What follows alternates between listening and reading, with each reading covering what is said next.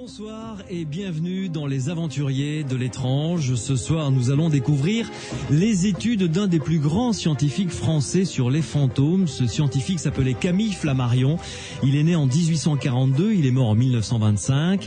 Et cet astronome s'est intéressé avec une grande ouverture d'esprit et beaucoup de rigueur au problème des fantômes. Il a compilé plusieurs milliers de cas d'observation émanant pour certains d'entre eux de personnalités scientifiques de tout premier plan.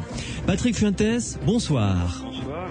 Vous êtes le conservateur de la bibliothèque Camille Flammarion, de l'observatoire de Juvisy, et vous vous trouvez d'ailleurs actuellement à l'observatoire de Juvisy. Oui, c'est les journées du patrimoine et nous ouvrons nos portes à toute personne.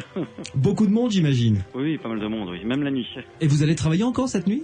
Ah bah oui, après vos interviews, j'irai observer. D'accord, très bien.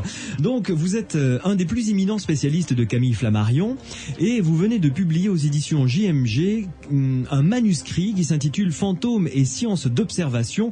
Vous nous en direz un petit peu plus tout à l'heure sur les circonstances de la découverte de ce manuscrit, donc écrit par Camille Flammarion lui-même, et vous nous raconterez comment vous l'avez achevé et ensuite porté dans cette maison d'édition. Avec nous également ce soir, Pierre Lagrange, sociologue des sciences. Bonsoir. Bonsoir. Pierre Lagrange, vous êtes un grand habitué des aventuriers de l'étrange. Vous êtes un aventurier de l'étrange maintenant. On peut dire ça, oui. Alors, je vous reçois à deux titres. D'abord parce que vous avez publié un livre tout à fait passionnant qui s'appelle, qui est dans la collection Le Guide du touriste spatial, donc sur Mars, en compagnie d'Hélène Huguet. C'est aux éditions EDP Sciences. Et ça, c'est un livre qui est sorti il y a quelque temps maintenant. Sorti en 2003 pour la grande opposition avec Mars. Voilà. Et en revanche, votre livre le plus récent n'est pas très loin de la planète Mars non plus, puisqu'il s'intitule La guerre du monde a-t-elle eu lieu aux éditions Robert Laffont. Oui, et en fait, j'ai encore un autre truc encore plus récent qui nous rapproche aussi de Flammarion, qui est une étude avec une collègue ethnologue, Claudie Voisenas, sur les lecteurs de littérature ésotérique. Oui, donc, exact. On est aussi assez proche de Flammarion. Mais qui n'est pas un livre à proprement parler pour le grand public, ça a été publié par Beaubourg, oui, c'est ça? Oui, c'est ça, par la BPI de Beaubourg. Au ça. départ, c'est une commande, une étude ethnologique. Voilà, donc tout effectivement, c'est très peu diffusé. Le livre sur Orson Welles, c'est plus facile à trouver. Oui, tout à fait. Alors, je recevrai un petit peu plus tard dans l'émission aux alentours de 23h30 Jean-Michel Grandcir, l'éditeur donc du livre de Patrick Fuentes, et il nous parlera de manière plus générale de JMG Édition et de sa ligne éditoriale. Alors vous qui nous écoutez, vous le savez, vous pouvez intervenir dans cette émission sur Sud Radio et poser vos questions ou exposer vos témoignages, vos réactions.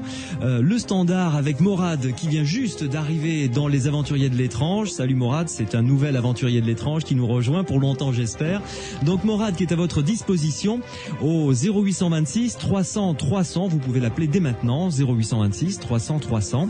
Vous avez un autre biais par lequel vous pouvez entrer en contact avec moi, c'est par le biais du SMS sur votre portable. Vous tapez Sud, vous laissez un espace, vous rédigez votre réaction, votre question et vous envoyez le tout au 71 200. Je serai avec grand plaisir votre porte-parole. Patrick Fuentes, je vais commencer avec vous cette émission qui, pendant 2 heures, 1 heure et demie, un petit peu plus, va nous emmener sur les traces des recherches qu'a effectuées Camille Flammarion. Première question, évidemment, c'est présentez-nous Camille Flammarion, le scientifique et l'homme.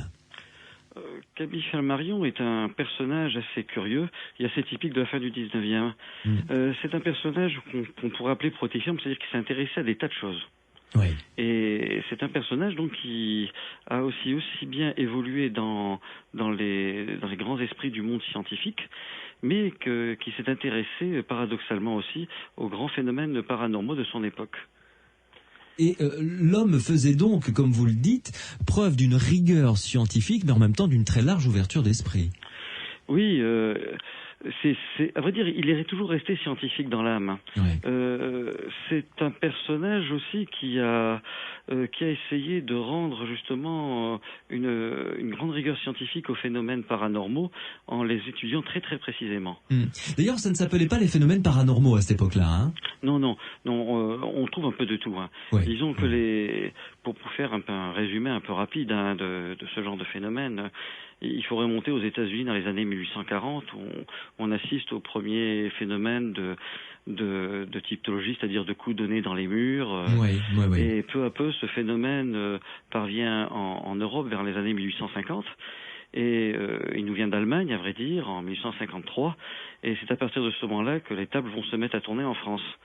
Et le personnage, l'un des personnages les plus célèbres qui a fait tourner les tables de cette époque, c'est Victor Hugo. Oui, c'est vrai, exact. Et Victor Hugo, disons que l'attrait de ces tables, c'était que l'on pouvait communiquer avec les morts. Et on pouvait donc avoir des messages des personnes décédées qui se trouvaient dans l'au-delà. Et vous savez que Victor Hugo, voulait communiquer avec sa fille. Oui, qu'il avait perdu, elle était jeune, oui, c'est ça. Et oui, donc c'était une recherche, à vrai dire, aussi, c'était un moyen de communication. On venait d'inventer un moyen de communication. Oui, tout à fait étonnant. Pierre Lagrange, votre vision, vous, de Camille Flammarion? Camille Flammarion, c'est un personnage tout à fait intéressant. Moi, ce qui m'intéresse, c'est par rapport à l'astronomie, c'est vrai qu'il y a l'ensemble des sujets qui l'intéressent, mais c'est vrai qu'à la fois, il voulait donner à l'étude des phénomènes spirites. À l'époque, on appelait ça souvent des phénomènes spirites. Il voulait leur donner une espèce d'aura scientifique et il a fait tout ce qu'il a pu dans ses ouvrages pour ça. Mais il avait également, par rapport à la science, une conception qui était assez différente de celle qui a prévalu, d'une espèce de science très dirigée par le calcul et les mathématiques. Et il y avait notamment tout un tas de polémiques avec les scientifiques de l'époque, pour lesquels il avait notamment travaillé à l'Observatoire de Paris, où il pensait qu'il fallait aussi conserver toute la part de poésie à l'astronomie et tout le côté contemplation. Et quand Flammarion regardait le ciel, il regardait pas simplement le ciel de l'astronomie, mais également celui des poètes. Il avait été ami avec Charles Cros, et donc on peut comprendre que dans l'astronomie de Flammarion, les phénomènes spirites étaient une part tout à fait normale et acceptable. C'était pas quelque chose de surajouté, c'était quelque chose qui venait naturellement s'insérer dans le tableau. Donc il n'y avait pas du tout chez lui cette idée qu'il y avait une coupure. C'est vrai que ceux qui ont pris l'héritage de Flammarion ont souvent insisté sur l'astronome et ont un peu passé sous silence l'aspect spirit, métapsychique, parce que ça les gênait beaucoup, cet héritage. Même si la Société astronomique de France a longtemps touché les droits d'auteur sur les ouvrages de Flammarion avant qu'ils tombent dans le domaine public.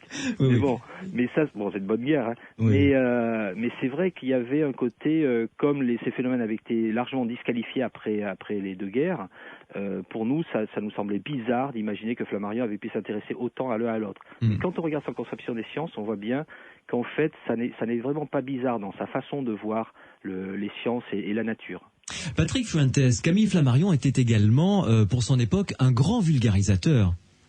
Oui, Camille Flammarion a commencé sa carrière en tant que journaliste scientifique. Et, ceci explique cela alors. Tout à fait au départ.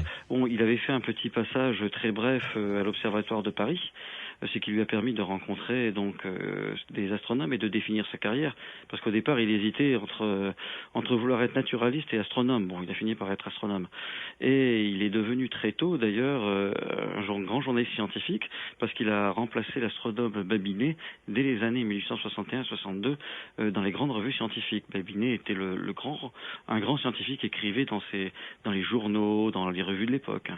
Et Flammarion, à 20 ans, l'a remplacé. Elle a remplacé un personnage qui avait déjà plus de 70 ans, en récupérant toutes ses qualités, toute son aura, quoi. Et alors, présentez-nous la période durant laquelle il a vécu. Je parle de Camille Flammarion, bien entendu. La France et l'Europe du tout début du XXe siècle, 1880-1925, donc. C'est une France qui vit bien. Hein. C'est une France de salon. C'est une France où tout est possible. Et c'est bien ce qui a permis à Camille Flammarion, qui finalement venait de la campagne, de pouvoir s'imposer. Camille Flammarion est un autodidacte. Il a passé son bac très tard. Il a commencé sa vie comme apprenti. Il s'est formé lui-même et il a réussi finalement. C'était une époque où on pouvait réussir dans le monde ou dans la science à force de travail. C'était un peu le rêve américain, quoi, avant l'heure. Oui, c'était si on veut, mais sauf qu'en France, il y avait le travail quand même à la clé. Hein. Pas d'argent, je précise. Oui, tout à fait. Non, parce que Flammarion était quelqu'un de très désintéressé. Oui, d'accord. Pierre Lagrange, à cette époque, comme l'a souligné un petit peu Patrick Fuentes dans ses propos, il était courant que des scientifiques ou des philosophes de très haut niveau s'intéressent aux phénomènes paranormaux. Ça coulait de source. Oui, c'était. Enfin, disons qu'à l'époque, on était dans une période de découverte, notamment l'électricité. Enfin, il y avait tout un tas de phénomènes très mystérieux de la science comme ça qu'on découvrait. Et il y avait cette idée que, avec les phénomènes liés au spiritisme, à la métapsychique, on avait finalement découvert quelque chose qui relevait d'un autre type de rayonnement ou d'autres types d'ondes. Donc ça allait tout à fait dans le tableau. Encore une fois, ça gênait pas. Et des scientifiques, ça allait aussi avec les études sur l'hypnose.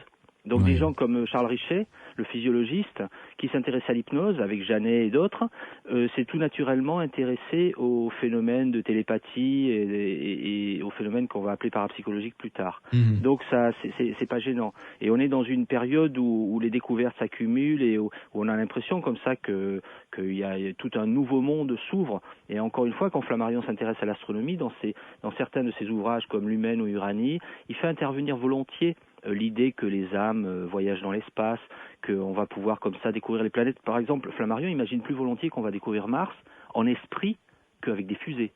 Oui. Pour lui, les fusées, c'est quelque chose d'assez bizarre. Alors que l'idée de voyager, de migrer vers les planètes, ça lui semble tout à fait naturel. Il y a tout un tas de textes comme ça dans lesquels il raconte comment il voyage en esprit sur Mars et il découvre ainsi, il discute avec des Martiens. Oui, c'est d'ailleurs assez étonnant pour un astronome quand même, ce genre de... Pour nous, c'est étonnant. Pour d'autres aussi à l'époque, mais encore une fois, Flammarion, c'est quelqu'un qui a pris sa liberté par rapport à la communauté scientifique, qui en même temps a réussi à se faire accepter, c'est-à-dire que la société qu'il crée va être reconnue parce qu'il a la judicieuse idée de nommer de grands astronomes à la présidence. Oui. Et donc elle va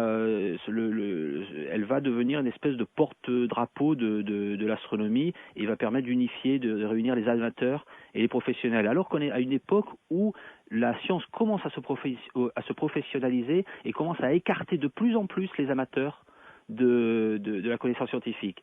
Et là, localement, et on le voit dans d'autres pays aussi, en astronomie, c'est l'inverse qui va se passer. C'est-à-dire que les astronomes vont longtemps rester très liés aux études astronomiques et encore aujourd'hui sont l'auteur de tout un tas de découvertes, notamment pour les comètes ou des choses de ce genre. Oui. Patrick Fuentes, là vous êtes à l'observatoire de Juvisy. Oui. Hein, alors arrêtez-moi si je dis une bêtise, mais ce n'est pas Camille Flammarion qui l'a créé? Oui, c'est Camille Flammarion qui a été à l'origine de l'observatoire de Juvisy, qui est à Paris, hein, à côté de Paris. Qui est au sud de Paris. Hein. Ouais. Alors c'est une histoire un peu extraordinaire parce que dans les années 1880, après l'écriture de son livre le plus célèbre, L'astronomie populaire, qu'il a fait connaître un peu partout en France et dans le monde. Hein. Imaginez un livre qui fait près de 800 pages, en grand format, qui se vend pratiquement immédiatement quelques années à 100 000 exemplaires. Oui, Jules Verne ne dépassait pas qu'à 30-40 000. Hein. Oui, pour cette époque. Je veux dire, c'est vraiment le best-seller. Et un personnage de Bordeaux, Monsieur Méret, qui s'intéressait à l'astronomie, lit son ouvrage. Et à la fin de son ouvrage, Flammarion propose la création d'un observatoire public. Et Monsieur Méret lui offre un château au sud de Paris pour créer cet observatoire public. Alors Flammarion le récupère, mais il ne va pas créer l'observatoire public, il va le garder pour lui. Hein. Et il va créer donc l'observatoire de Juvisy. Un petit peu plus loin, oui, pas bête non plus. Oui. On en profite. Hein. Oui, il a bien raison. D'ailleurs, j'en profite puisque vous lancez la perche comme ça pour dire à ceux et celles qui nous écoutent que, bien écoutez, nous sommes désireux de recueillir des fonds éventuellement de mécènes pour monter un laboratoire et créer des expériences et des recherches, embaucher des chercheurs pour travailler sur les phénomènes paranormaux. Donc vous nous appelez, si vous êtes multimillionnaire ou multimilliardaire, on n'est pas raciste, vous nous appelez, on peut être très très intéressé. Patrick Fuentes, Pierre Lagrange, vous restez avec nous sur Sud Radio dans Les Aventuriers de l'étrange. Nous allons continuer dans quelques minutes à nous promener avec Pierre Lagrange sur la planète Mars, avec Camille Flammarion et d'autres scientifiques, et avec Patrick Fuentes dans les études des fantômes qu'a mené Camille Flammarion. Juste le temps pour moi de répondre peut-être rapidement à un SMS qui nous a été envoyé par un auditeur qui dit: bonsoir Louis, bonsoir Jacques qui nous appelle de Béziers visiblement.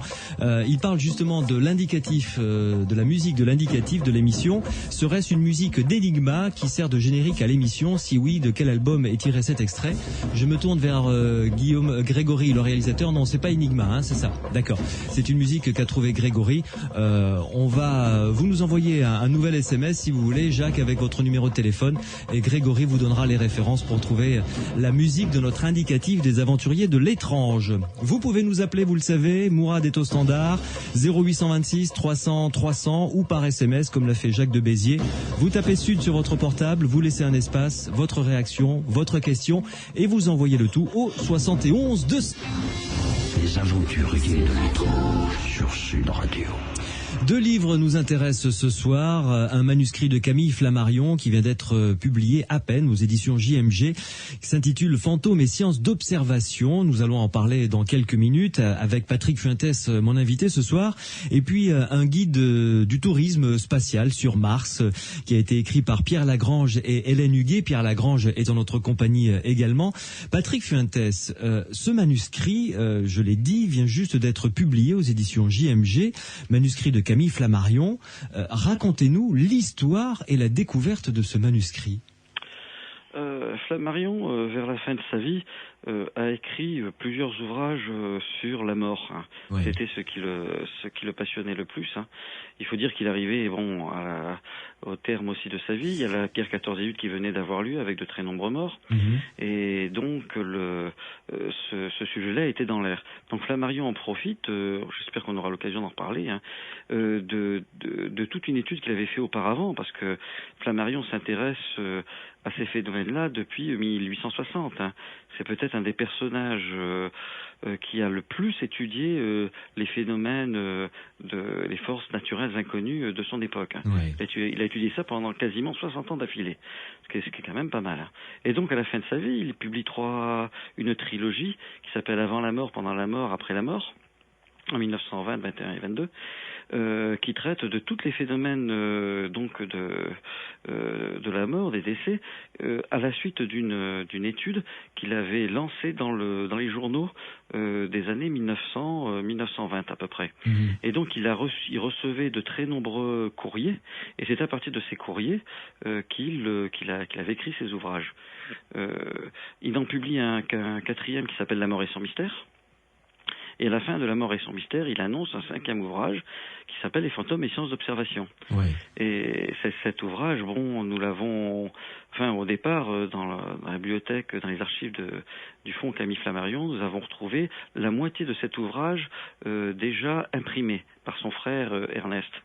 Malheureusement, en 1925, Flammarion décède et la mort interrompt l'impression de l'ouvrage. D'accord, donc la moitié de l'ouvrage, vous l'avez découvert il y a combien de temps ? Oh, ça on l'avait depuis longtemps, Ce qui manquait, c'était la deuxième partie. D'accord, ok. Et donc, d'ailleurs, dans une biographie que j'avais rédigée en 1993, je signalais qu'il était bien dommage qu'on n'ait jamais retrouvé cette deuxième partie. Ouais. Voilà. Et alors ? Et en fouillant, parce qu'il y a dans les archives de Juvisy, il y a à peu près, 50, 100 000 documents. C'est absolument effarant. Ouais. Tout n'était pas trié. Et un jour, en ouvrant une boîte en carton, je trouve la deuxième partie, qui était restée sous forme manuscrite. Et donc, il n'avait pas eu le temps d'être imprimé. Alors, du coup, pour moi, c'est une véritable joie, parce que j'arrivais à faire la jonction entre les deux. Ah, complètement. Mais alors, la deuxième partie était totalement écrite, rédigée ? Oui, exactement. Enfin, disons que elle était en fin de rédaction, les chapitres, disons, je sais pas, ça débutait à peu près au chapitre 7, 7, 8, 9, 10, étaient complètement rédigés. Le 11e était un peu plus court. Vous voyez, il avait la conclusion, ce qui était le plus intéressant. Donc, on s'est dit, après tout, pourquoi ne pas, maintenant qu'on a l'ouvrage en entier, pourquoi ne pas l'éditer, quoi. Ah oui, complètement. Ça aurait été criminel, je serais tenté de dire, de le laisser dans les cartons, effectivement. Mais ça a dû être une émotion extraordinaire pour vous de découvrir ça. Ben oui, on s'y attend pas toujours, mais on fait dans des archives, on fait souvent des découvertes. C'est la grande joie de l'historien. Alors, parlons un petit peu des autres ouvrages, justement, qu'a écrit Camille Flammarion. Vous les avez très rapidement survolés, publiés donc en 1920, 21 et 22. Oui. Alors ce sont des ouvrages qui traitent essentiellement des phénomènes qui ont lieu avant, pendant et après la mort. Oui. Alors, et concernant les fantômes tout le temps, hein ? Oui, les apparitions, je dirais. Il faudrait être bien précis, parce que vous verrez que Flammarion, par exemple, se sépare. Flammarion, est rentré dans ces études-là par l'intermédiaire d'un personnage qui s'appelle Allan Kardec, qui pratiquait le spiritisme. Bien sûr. Et très tôt, en même temps qu'il devient journaliste scientifique, il s'intéresse à ces phénomènes, mais il s'aperçoit très vite que ça va faire ombre à sa carrière scientifique. Donc déjà à cette époque-là. Ah, déjà à cette époque-là. Oui. Donc il met un peu en veilleuse, disons tout en continuant sa recherche, hein, il met un peu en veilleuse ces cet publications. Aspect de ses recherches. Oui. Voilà. Et il édite le seul ouvrage qu'il édite à cette époque, c'était en 1865. Il édite un ouvrage sur les forces naturelles inconnues, mais sous le pseudonyme d'Hermès. Il n'ose pas signer de son nom. Hein. Hermès comme Hermès Trismégiste. Enfin exactement. D'accord. Okay, oui, voilà. oui, oui. Oui, il avait choisi son nom. Hein. Tant qu'à faire, oui. Ben oui. Et en 1869, Allan Kardec meurt et les spirites pensaient que Camille Flammarion allait prendre la succession donc des spirites en France. Mais Flammarion n'est... Ah, carrément, à ce point-là. Ah oui, il y avait les liens entre... dans un ouvrage édité par Allan Kardec qui s'appelle La Genèse, Flammarion en a écrit quasiment la moitié. Hein. Je veux dire, il participait à la rédaction des ouvrages de Kardec, etc. Ouais. Oui, et donc à la fin, les spirites... Mais seulement le spiritisme était devenu une espèce de religion. Et Flammarion avait une haine un peu, enfin n'aimait pas du tout les religions. Hein. Il avait une très mauvaise expérience de la religion catholique dans sa jeunesse et il avait rejeté. Alors le côté religion, spiritisme ne le plaisait pas. Et il a fait même un discours sur la tombe d'Allan Kardec dans laquelle il a prononcé une phrase assez célèbre en disant le spiritisme sera ou ne sera pas au XXe siècle, quoi. Oui. Et donc, par moi, ça n'a pas été. Hein. Mais, oui, j'imagine. Mais la phrase est restée célèbre, on l'a utilisée à d'autres niveaux après, par la suite. Oui. Et donc, il y a une période où il disparaît pratiquement totalement, c'est la période scientifique, où il continue à faire tourner des tables, à faire ses recherches, mais il n'en parle pas. Hein. Nous, on a ici à Juvisy des relations, tout ça, des rapports de séance, mais il n'en parle pas. Et en 1900, quand il a plus rien à prouver en sciences, hein, il a créé la Société astronomique de France, il a créé la revue L'Astronomie, il a créé, il est reconnu dans le monde entier. C'est un astronome bien plus célèbre que le directeur de l'Observatoire de Paris. En 1900, il lance un appel dans les annales littéraires, dirigé par un de ses amis, Adolphe Brisson. Il lance un appel au peuple dans lequel il dit qu'il veut faire une étude statistique et il demande à tous les lecteurs de cette revue, qui était une des revues les plus publiées à cette époque-là, de dire s'ils avaient vu un phénomène curieux, un phénomène de fantôme, un phénomène de hantise, un phénomène au moment de la mort. Et donc, il lance une véritable étude statistique, quoi. C'est la première fois qu'on faisait ça en France. Ouais. Ça s'était fait qu'une seule fois en Angleterre, et puis en France, ça s'était jamais fait. Et il reçoit un courrier extraordinaire. Ici, on a 6000 lettres. Ah oui, quand même. C'est vraiment très très copieux, on a 6000 lettres, et quand je dis des lettres, les gens écrivaient des lettres doubles, triples, avec des photos, ou des... C'est très volumineux. Et nous sommes dans les années 1910, hein, là. 1900, ce qui est, le courrier à cette époque-là n'était pas pléthorique, quoi, comme maintenant. Donc recevoir un tel volume de courrier pour cette époque était exceptionnel. Ah oui, c'était. Mais c'est original, je veux dire, c'est la première fois qu'on lançait une étude par un journal. Bon, maintenant, évidemment, c'est très courant, hein, oui, on pose bien des questions sûr, partout. oui. Hein. Mais à cette époque-là, c'était vraiment original. Hein. Et donc, à partir de tous ces témoignages, de tout ce qu'il reçoit, quoi. Alors, il prend les lettres une par une et il les vérifie. C'est-à-dire qu'il réécrit aux personnes en leur demandant des confirmations. D'accord. Alors le système classique, c'est bon, il reçoit un témoignage qui concerne, par exemple, qui touche la fille, qui touche la mère, mais il va écrire à la fille pour demander un récit du même témoignage. Il recoupe les sources en quelque sorte. Ouais.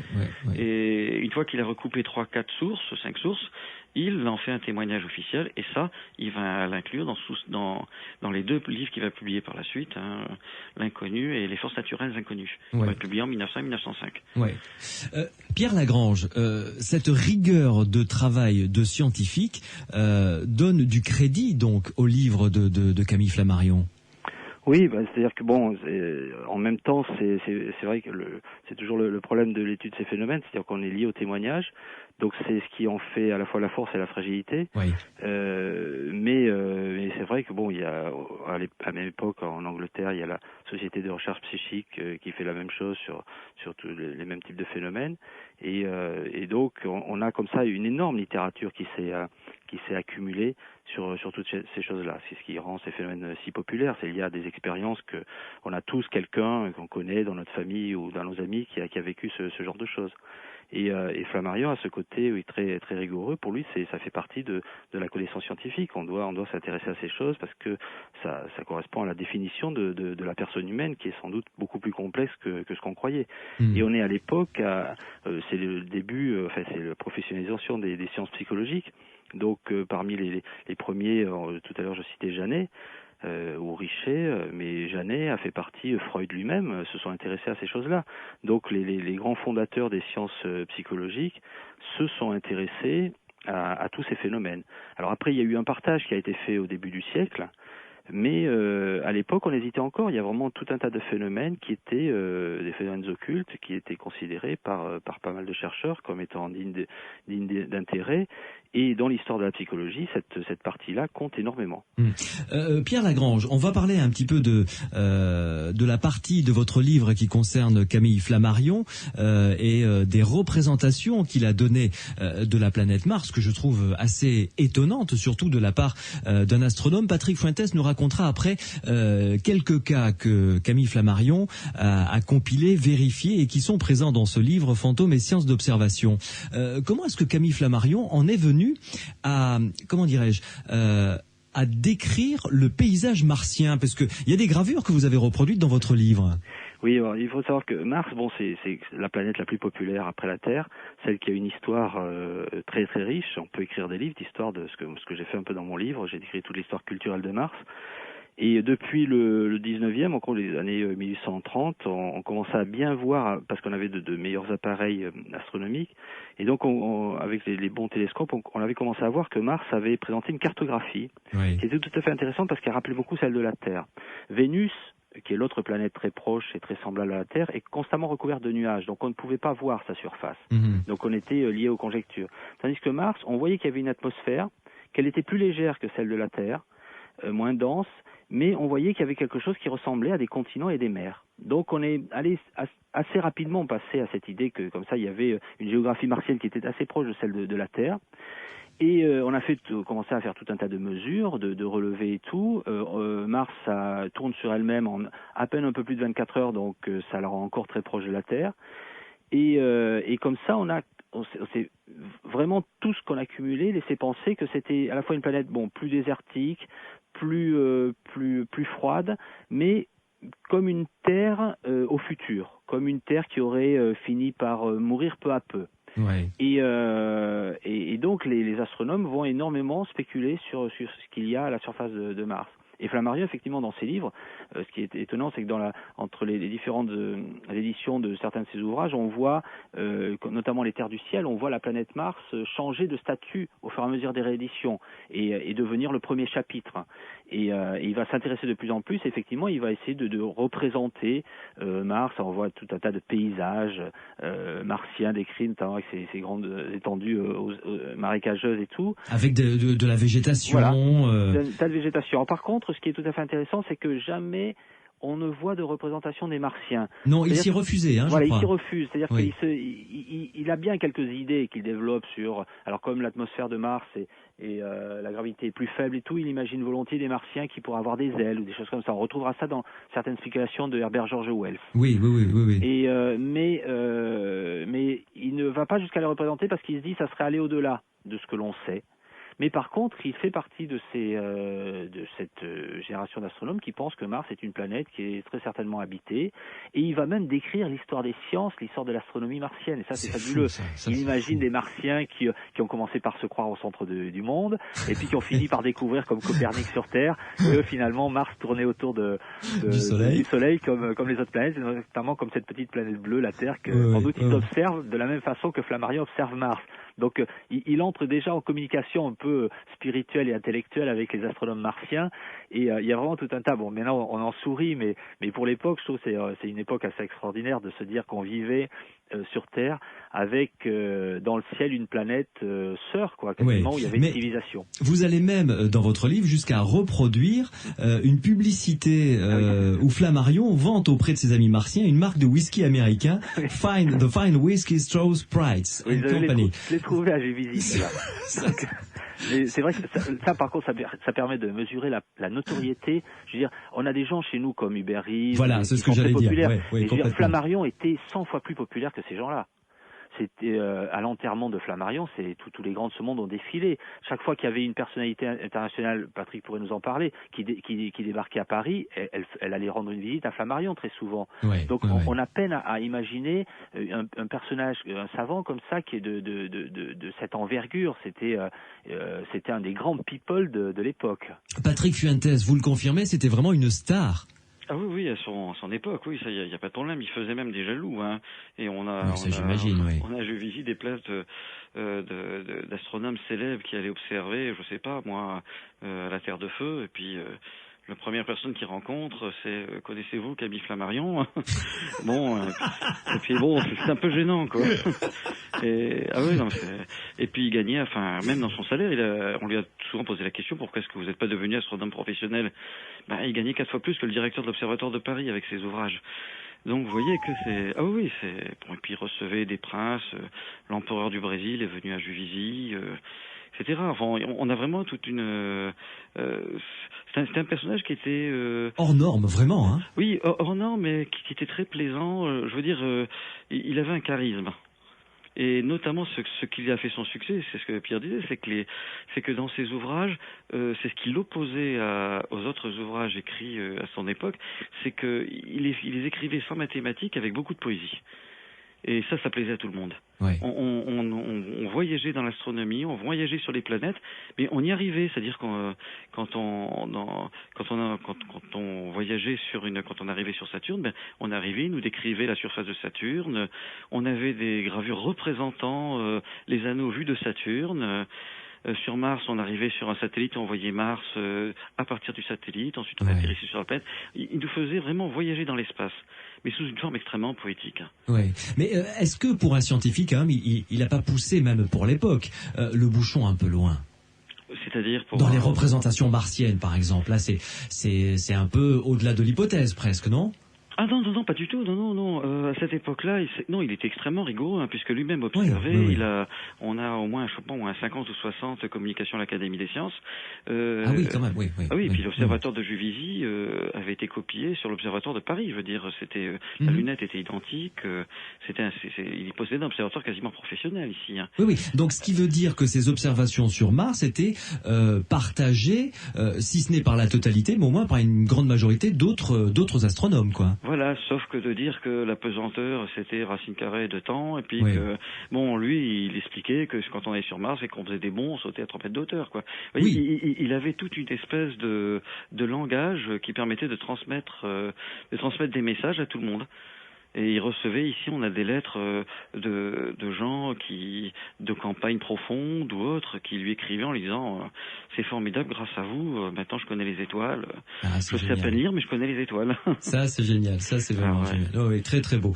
Patrick Fuentes, Pierre Lagrange, vous restez avec nous sur Sud Radio dans Les Aventuriers de l'étrange. Vous allez, Patrick Fuentes, nous rapporter quelques cas. Il y a différents chapitres, il y a plusieurs chapitres dans le livre de Camille Flammarion, Fantômes et sciences d'observation, fantômes de vivants, fantômes vus au moment de la mort, les fantômes vus peu après le décès et longtemps après le décès, et même quelques cas de fantômes douteux qui ont été répertoriés par Camille Flammarion. On va se balader dans tous ces cas, vous allez nous les raconter, Pierre Lagrange va nous en parler également. Je vous rappelle que si vous voulez poser une question à Patrick Fuentes ou à Pierre Lagrange, vous êtes les bienvenus. Morad est au standard 0826 300 300, également le SMS, comme a fait Jacques de Béziers tout à l'heure. Vous tapez sur votre portable Sud, vous laissez un espace, vous envoyez votre question, votre réaction que je transmettrai à mes invités au 71 200. Les aventuriers de l'étrange sur Sud Radio. Nos invités ce soir, Patrick Fuentes et Pierre Lagrange. Alors Patrick Fuentes, qui est à l'observatoire de Juvisy, qui est le conservateur de la bibliothèque Camille Flammarion à l'observatoire de Juvisy et qui est un éminent spécialiste de ce grand astronome, nous a rejoint pour le... Alors je sais pas, Patrick Fuentes, vous n'êtes pas l'auteur évidemment du livre Fantômes et sciences d'observation. Non, je suis pas du tout un spécialiste de fantômes. Hein. Non, mais c'est vous qui êtes un peu la sage-femme, quoi, ou le parrain, la marraine, je sais pas comment on dit, qu'il avait apporté finalement, qu'il avait sorti de l'oubli, retrouvé et remis en forme. Oui, parce que ça forme finalement, je dois dire, un ensemble de 5 livres qui définissent, bon, dans le premier temps, il définit ce qu'est la mort, dans les 3 premiers, ensuite il parle des maisons, et ensuite il parle des habitants des maisons, les fantômes. Voilà. En quelque sorte, ça crée un tout, quoi. Ah oui, complètement. Et donc, à vos côtés, depuis 22 heures maintenant, Pierre Lagrange, qui est sociologue des sciences et qui est un habitué maintenant des aventuriers de l'étrange, qui lui donc est avec nous pour ce livre Guide du touriste spatial sur Mars, qu'il a coécrit avec Hélène Huguet aux éditions EDP Sciences. Alors, Patrick Fuentes, nous allons prendre les chapitres, si vous le voulez bien, les uns après les autres, et découvrir des cas tout aussi surprenants les uns que les autres. On va commencer par le premier chapitre que Camille Flammarion a intitulé « Les fantômes des vivants ». Oui. Tout d'abord, il faut définir ce qu'est un fantôme. Voilà. C'est pas évident. Hein, je suis d'accord avec vous. Oui. Alors, un fantôme, bon, un fantôme, c'était par exemple, tout à fait au départ, quand on faisait tourner les tables, c'était la voix qui parlait aux personnes qui étaient tout autour des tables. Ouais. Bon, et qui communiquait parfois par des coups en soulevant la table, ou même mieux, qui laissait une empreinte quand on laissait un petit récipient rempli de gélatine. Le fantôme y imprimait sa main et puis qu'on coulait ensuite dans du plâtre. Hein. Voilà, ça a été fait à l'IMI, l'Institut Métapsychique International, par exemple. Voilà, on en a aussi ici, hein, d'ailleurs, de ce genre de moulage.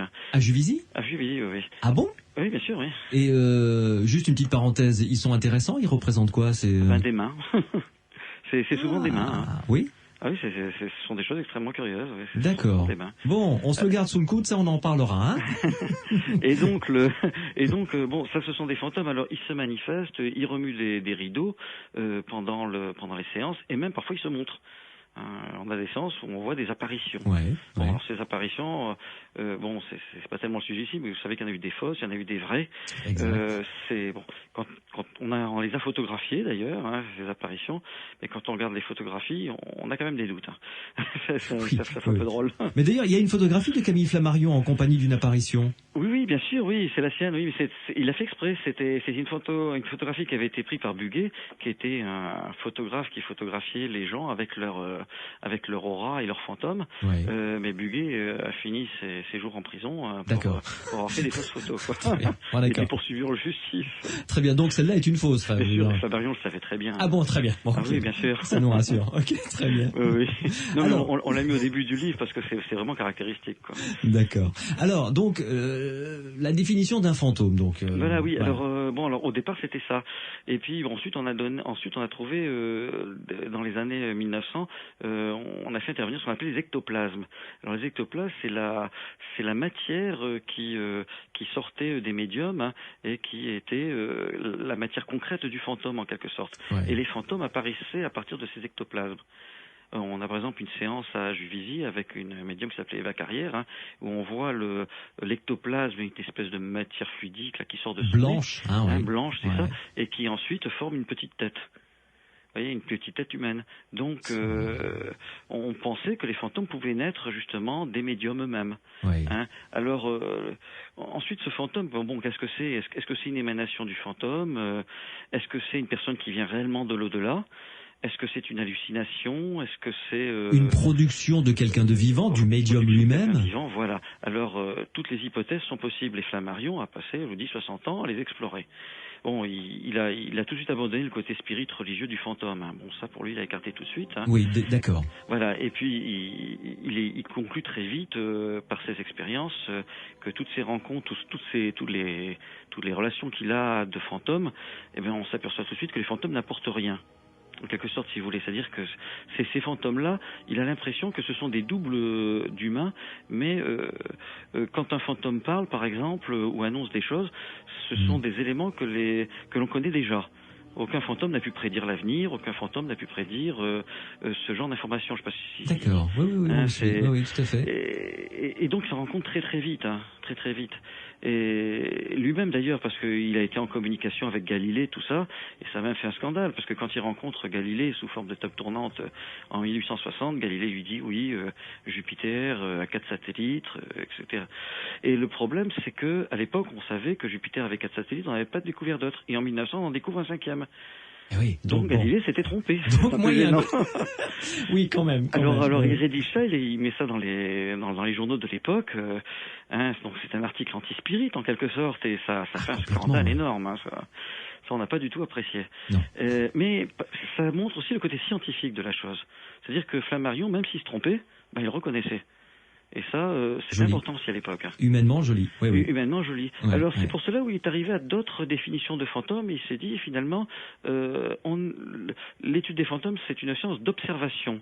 C'est-à-dire que ce que je vais faire, je ne vais pas poser énormément d'hypothèses pour les fantômes, mais par contre, je vais cumuler les observations. Moi, j'arrête, je ne trouverai pas de solution. Peut-être que dans 20 ans, on ne trouvera pas de solution, mais pourquoi pas dans 50 ou 100 ans. D'accord. Si vous voulez, il donne les briques, en quelque sorte, d'études futures. Il fait les fondations. C'est ça, il essaie de créer des fondations en disant « Moi, je suis scientifique, je ne peux pas me prononcer, mais par contre que plus tard, on pourra essayer de trouver autre chose. » Ouais. C'est pour ça que tous ces ouvrages sont d'énormes compilations. Il y a près de 120... des cas, je ne sais pas compter. 124 fantômes par livre. Oui, tout à fait. Pierre Lagrange, c'est quand même très avant-gardiste et très rigoureux comme manière de voir ce travail de la part de Camille Flammarion. Oui, comment dire, c'est compliqué parce que on peut pas mettre en doute l'honnêteté intellectuelle de Flammarion, de sa démarche et tout. Mais encore une fois, on est à une époque où la science évolue à toute vitesse et on est à une époque où déjà on a commencé à faire un certain nombre de partages, et notamment celui entre les scientifiques professionnels, le laboratoire, c'est-à-dire il y a en gros une enceinte à l'intérieur de laquelle on fait de la science, les observatoires, les laboratoires et tout. Et de plus en plus, les scientifiques considèrent qu'en dehors de cette enceinte, il n'y a pas de salut. Voilà, les faits n'en sont pas, c'est du folklore. Au début du 19e, on a créé comme ça l'Académie celtique et tout, et on a commencé à recueillir les récits de bonnes femmes, on va dire, les croyances populaires. Et à cette époque, on commence à... Alors effectivement, il y a un certain nombre de psychologues et tout, ou autres, qui s'intéressent à ces phénomènes de l'esprit en se disant il y a des choses intéressantes à étudier, mais d'autres qui vont dire non, tout ça c'est des histoires, c'est du folklore, c'est des croyances populaires. D'ailleurs, c'est des choses qui sont très anciennes. Alors c'est censé démontrer le caractère populaire du truc, et on les rejette. Alors l'intérêt d'un certain nombre de scientifiques à cette époque-là, c'est de dire non, on a peut-être quelque chose à découvrir. Et encore une fois, l'hypnose est quelque chose de très intéressant parce qu'à la même époque, il y a énormément de polémiques autour de l'hypnose, avec Charcot, la Salpêtrière, avec Freud, qui va utiliser l'hypnose pour s'en séparer après, et donc on voit bien que rien n'est décidé, et on aurait très bien pu imaginer une histoire dans laquelle Flammarion soit tombé du bon côté de la barrière. Il se trouve que pour ça, il est tombé du mauvais parce que peu après, on a disqualifié ces choses-là. Et après les deux guerres, Flammarion va participer à la création d'un institut, donc l'Institut métapsychique international que vous mentionniez, et qui était créé en 1919, bien longtemps après toutes les autres sociétés en Angleterre, aux États-Unis, qui ont été créées dans les années 1870-80. Et curieusement, quand l'IMI apparaît en 1919, en gros, en France, le sort de ces choses-là est quasiment scellé, c'est-à-dire qu'on les a quasi définitivement déjà rejetées. Du cadre de la science. Hors du cadre scientifique. Terminé. Alors, après la Seconde Guerre mondiale, c'est fini. Après la Seconde Guerre mondiale en France, la structure scientifique centralisée du CNRS et tout va totalement exclure ces choses-là, ce qui fait que en France, contrairement à l'Écosse, aux États-Unis, à l'Allemagne ou à d'autres pays, ces choses-là sont rejetées, alors qu'ailleurs, elles peuvent être enseignées à l'université. Patrick Fuentes, entrons de plein pied, si vous le voulez bien, dans le vif du sujet. Nous y étions déjà depuis un petit bout de temps, mais parlons des cas. Citez-nous un cas ou deux donc compilés par Camille Flammarion dans ce livre, Les fantômes des vivants. Oui, tout d'abord, oui, vous nous avez parlé justement des fantômes des vivants. Voilà. Alors, justement, cette notion de fantôme pour lui, c'est en quelque sorte un double astral, qui est émise de la personne, qui peut se déplacer. C'est-à-dire qu'au départ, il y a eu un scientifique qui s'appelait Reichenbach qui avait essayé de démontrer que le corps pouvait émettre un fluide en quelque sorte. Ensuite, il y a son ami, le comte de Rochas, qui lui avait créé le double fluidique, c'est-à-dire que le corps se double en quelque sorte d'une aura. Il avait écrit ça dans un ouvrage qui s'appelait l'extériorisation de la motricité. Et Flammarion, lui, va plus loin. Il pense que ce double fluidique se déplace. Et donc pour lui, c'est ça le fantôme. Oui, sans tenir compte des éléments espace-temps, quoi. Il peut se déplacer où il veut. Alors si je vous dis ça, c'est parce qu'on comprend pas ce que ça veut dire des fantômes de vivants. Ça, vous comprenez? Bon, c'est pas curieux parce que pour tous les gens, les fantômes. Il faut expliquer un cas. Racontez-nous un cas pour qu'on comprenne bien. Un cas pour qu'on comprenne bien, c'est très simple. Un jour, il reçoit un courrier d'une personne qui qu'il lui écrit, voilà, j'habite à Cuba, j'ai lu tous vos livres, j'avais une forte envie de vous voir, j'ai appris que vous étiez dans un bateau dans un des ports de La Havane, donc je suis allé vous voir. Vous étiez, alors j'ai demandé au capitaine qui m'a dit que vous étiez là-bas au bout du bateau, je suis allé vous voir, je vous ai vu, j'ai pas osé vous parler, et je suis reparti. Le petit problème, c'est que Flammarion n'a jamais été à La Havane. Alors un double de vivant, c'est finalement un personnage que l'on rencontre ailleurs, volontairement ou involontairement, mais qui est encore vivant. C'est un double en quelque sorte d'une personne. D'accord. Ouais. D'ailleurs, est-ce que vous pouvez nous raconter par exemple le cas vécu par Goethe lui-même? Il parle de son ami Frédéric. Oui, qu'il rencontre. Oui. Alors le cas classique, hein, je veux dire, Goethe c'est le cas classique. Hein. Bon, il rencontre. Enfin, c'est pas n'importe qui déjà. Non, c'est pas n'importe qui. Mais il rencontre un de ses amis et il le voit. Dans d'autres cas même, c'est un cas classique ça. Dans d'autres cas, la rencontre se passe et il y a même un échange de conversation. Oui. C'est ça qui est assez extraordinaire. Hein. Les deux personnes se séparent.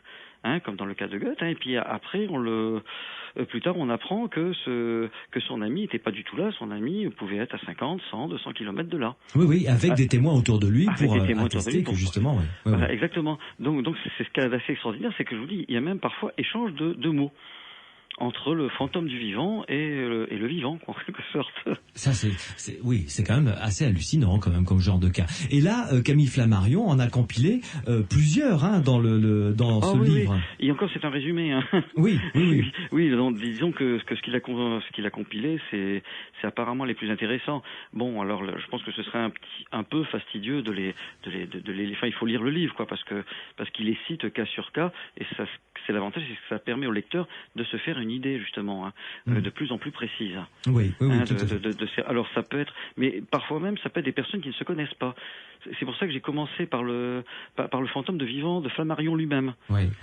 C'est ce qui est le cas le plus curieux, parce que ce personnage à Cuba n'avait jamais connu Flammarion ni Flammarion non plus, et pourtant ils ont réussi à se rencontrer.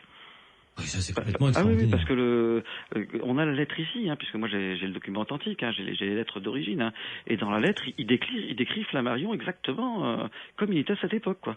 Et c'est une époque où il n'y avait pas trop de photos qui circulaient, quoi, je veux dire. Non, il y a encore moins de cinéma. Encore moins de tout ça. Quoi. Ah oui, tout à fait.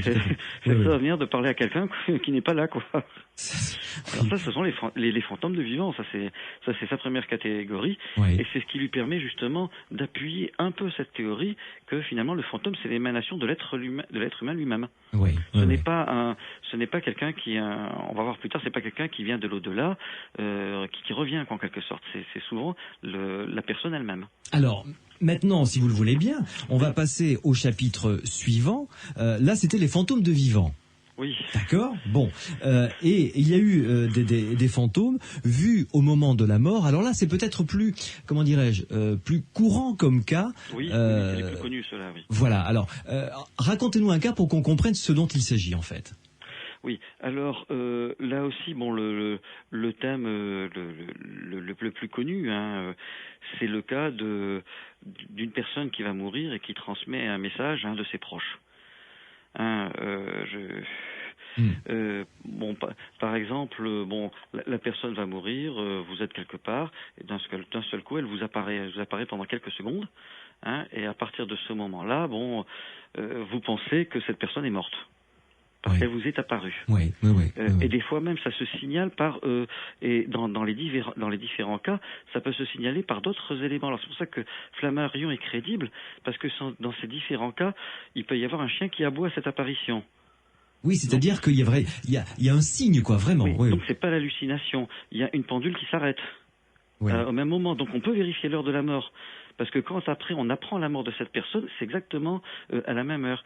Et il va bien plus loin parce qu'il cite des cas de petites filles qui ont vu d'enfants de 5 ans ou de 4 ans qui ont vu ces personnes et qui les décrivent dans leur langage en disant « Tiens, j'ai vu grand-père, je viens de voir grand-père. » Ses parents lui disent « Non, c'est pas possible, tu n'as pas pu le voir puisqu'il habite à 50 kilomètres, tu n'as pas pu le voir, il n'est pas venu nous rendre visite. » Et le petit garçon ou la petite fille dit « Oui, je viens de le voir. » Et après on apprend que cette personne est décédée exactement à l'heure où ça s'est passé. Voilà, à l'heure où elle a été vue. Quoi. Voilà, et il va même plus loin dans les distances, parce que parfois ça peut être sur d'autres continents, et avec le décalage horaire, on arrive à reconstituer l'heure, qui est toujours identique.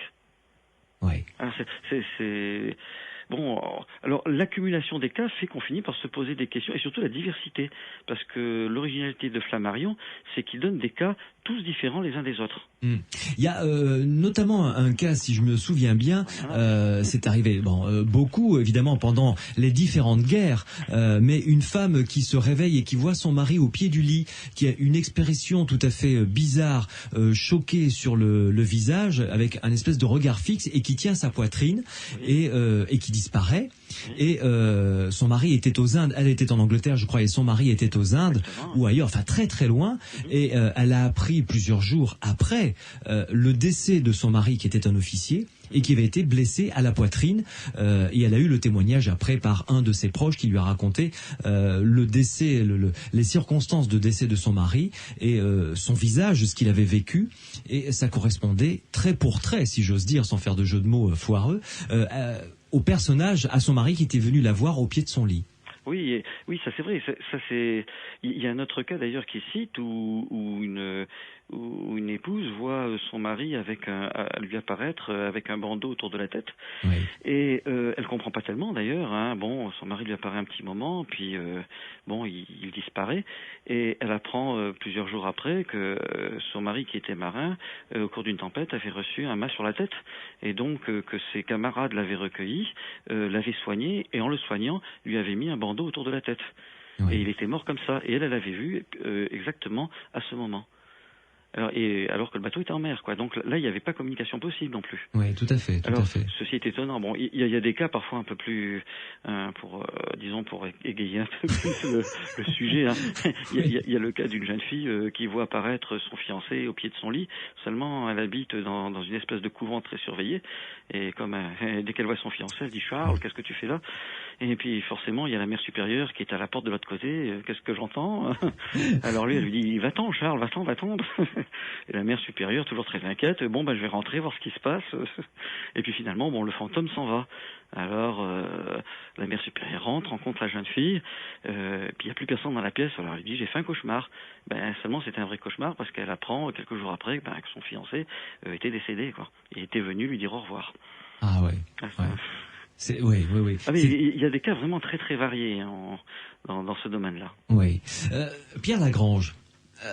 Que doit-on penser de cette compilation de cas? Parce que c'est quand même un sacré boulot qui a été fait. Est-ce que ça sert à faire avancer, j'allais dire, le schmilblick pour être trivial? Alors là, franchement, oui, d'une certaine façon, oui. Mais c'est vrai que assurément pas ce qu'on peut penser de ce genre de récit. Quand on les lit, on est saisi par l'émotion, je dirais, par le fait que ça représente quelque chose de très personnel que les gens livrent. Oui. Mais au-delà de ça, et puis c'est vrai que quand on a l'effet d'accumulation, on se dit c'est quand même pas, ils sont pas tous fous, quoi. Et bon, c'est clair que les gens sont pas fous. Après, ça pose plein de questions pour arriver à savoir ce qu'on pourrait en faire dans le cadre d'une exploitation scientifique pour essayer de comprendre la personnalité humaine. Oui. Et quand on voit tout ce qui a été accumulé par Flammarion, ou par la Société de recherche psychique anglaise, ou l'équivalent américain, ou tous les laboratoires de recherche de parapsychologie, et il y a comme ça des centaines de milliers de cas et finalement on n'a jamais su quoi faire, comment, quelle conclusion tirer de ce genre de choses, parce que la science a bifurqué et on a rangé ces choses-là dans le domaine des illusions de l'esprit, quoi. Ouais. Donc encore une fois, on ne sait pas. Bertrand Meeus a fait une thèse il y a quelques années sur justement toute la querelle des sciences psychiques et la façon dont la refonte des sciences et la redéfinition du travail scientifique a exclu tout un tas de phénomènes, notamment avec la psychanalyse et autres. Et on a tendance parfois à se dire on a peut-être perdu quelque chose, mais bon, je pense qu'il y a une nouvelle réflexion à relancer là-dessus. Bon, c'est vrai que la parapsychologie qui a pris la suite dans les années 30, 40, 50 a beaucoup transformé l'approche de ces choses-là en créant des conditions de laboratoire très rigoureuses, presque ennuyeuses d'ailleurs, et en évacuant tout ce qui est récit spontané pour essayer de construire des statistiques assez fiables. Alors ils ont réussi de ce point de vue-là. Ils ont perdu dans la mesure où effectivement c'est devenu quelque chose de très lassant, très systématique et tout. Après, les parapsychologues ont essayé de trouver des conditions qui étaient un peu à mi-chemin entre justement l'intérêt pour les expériences la qualité, je veux dire, des expériences et puis l'aspect quantitatif qu'il fallait respecter.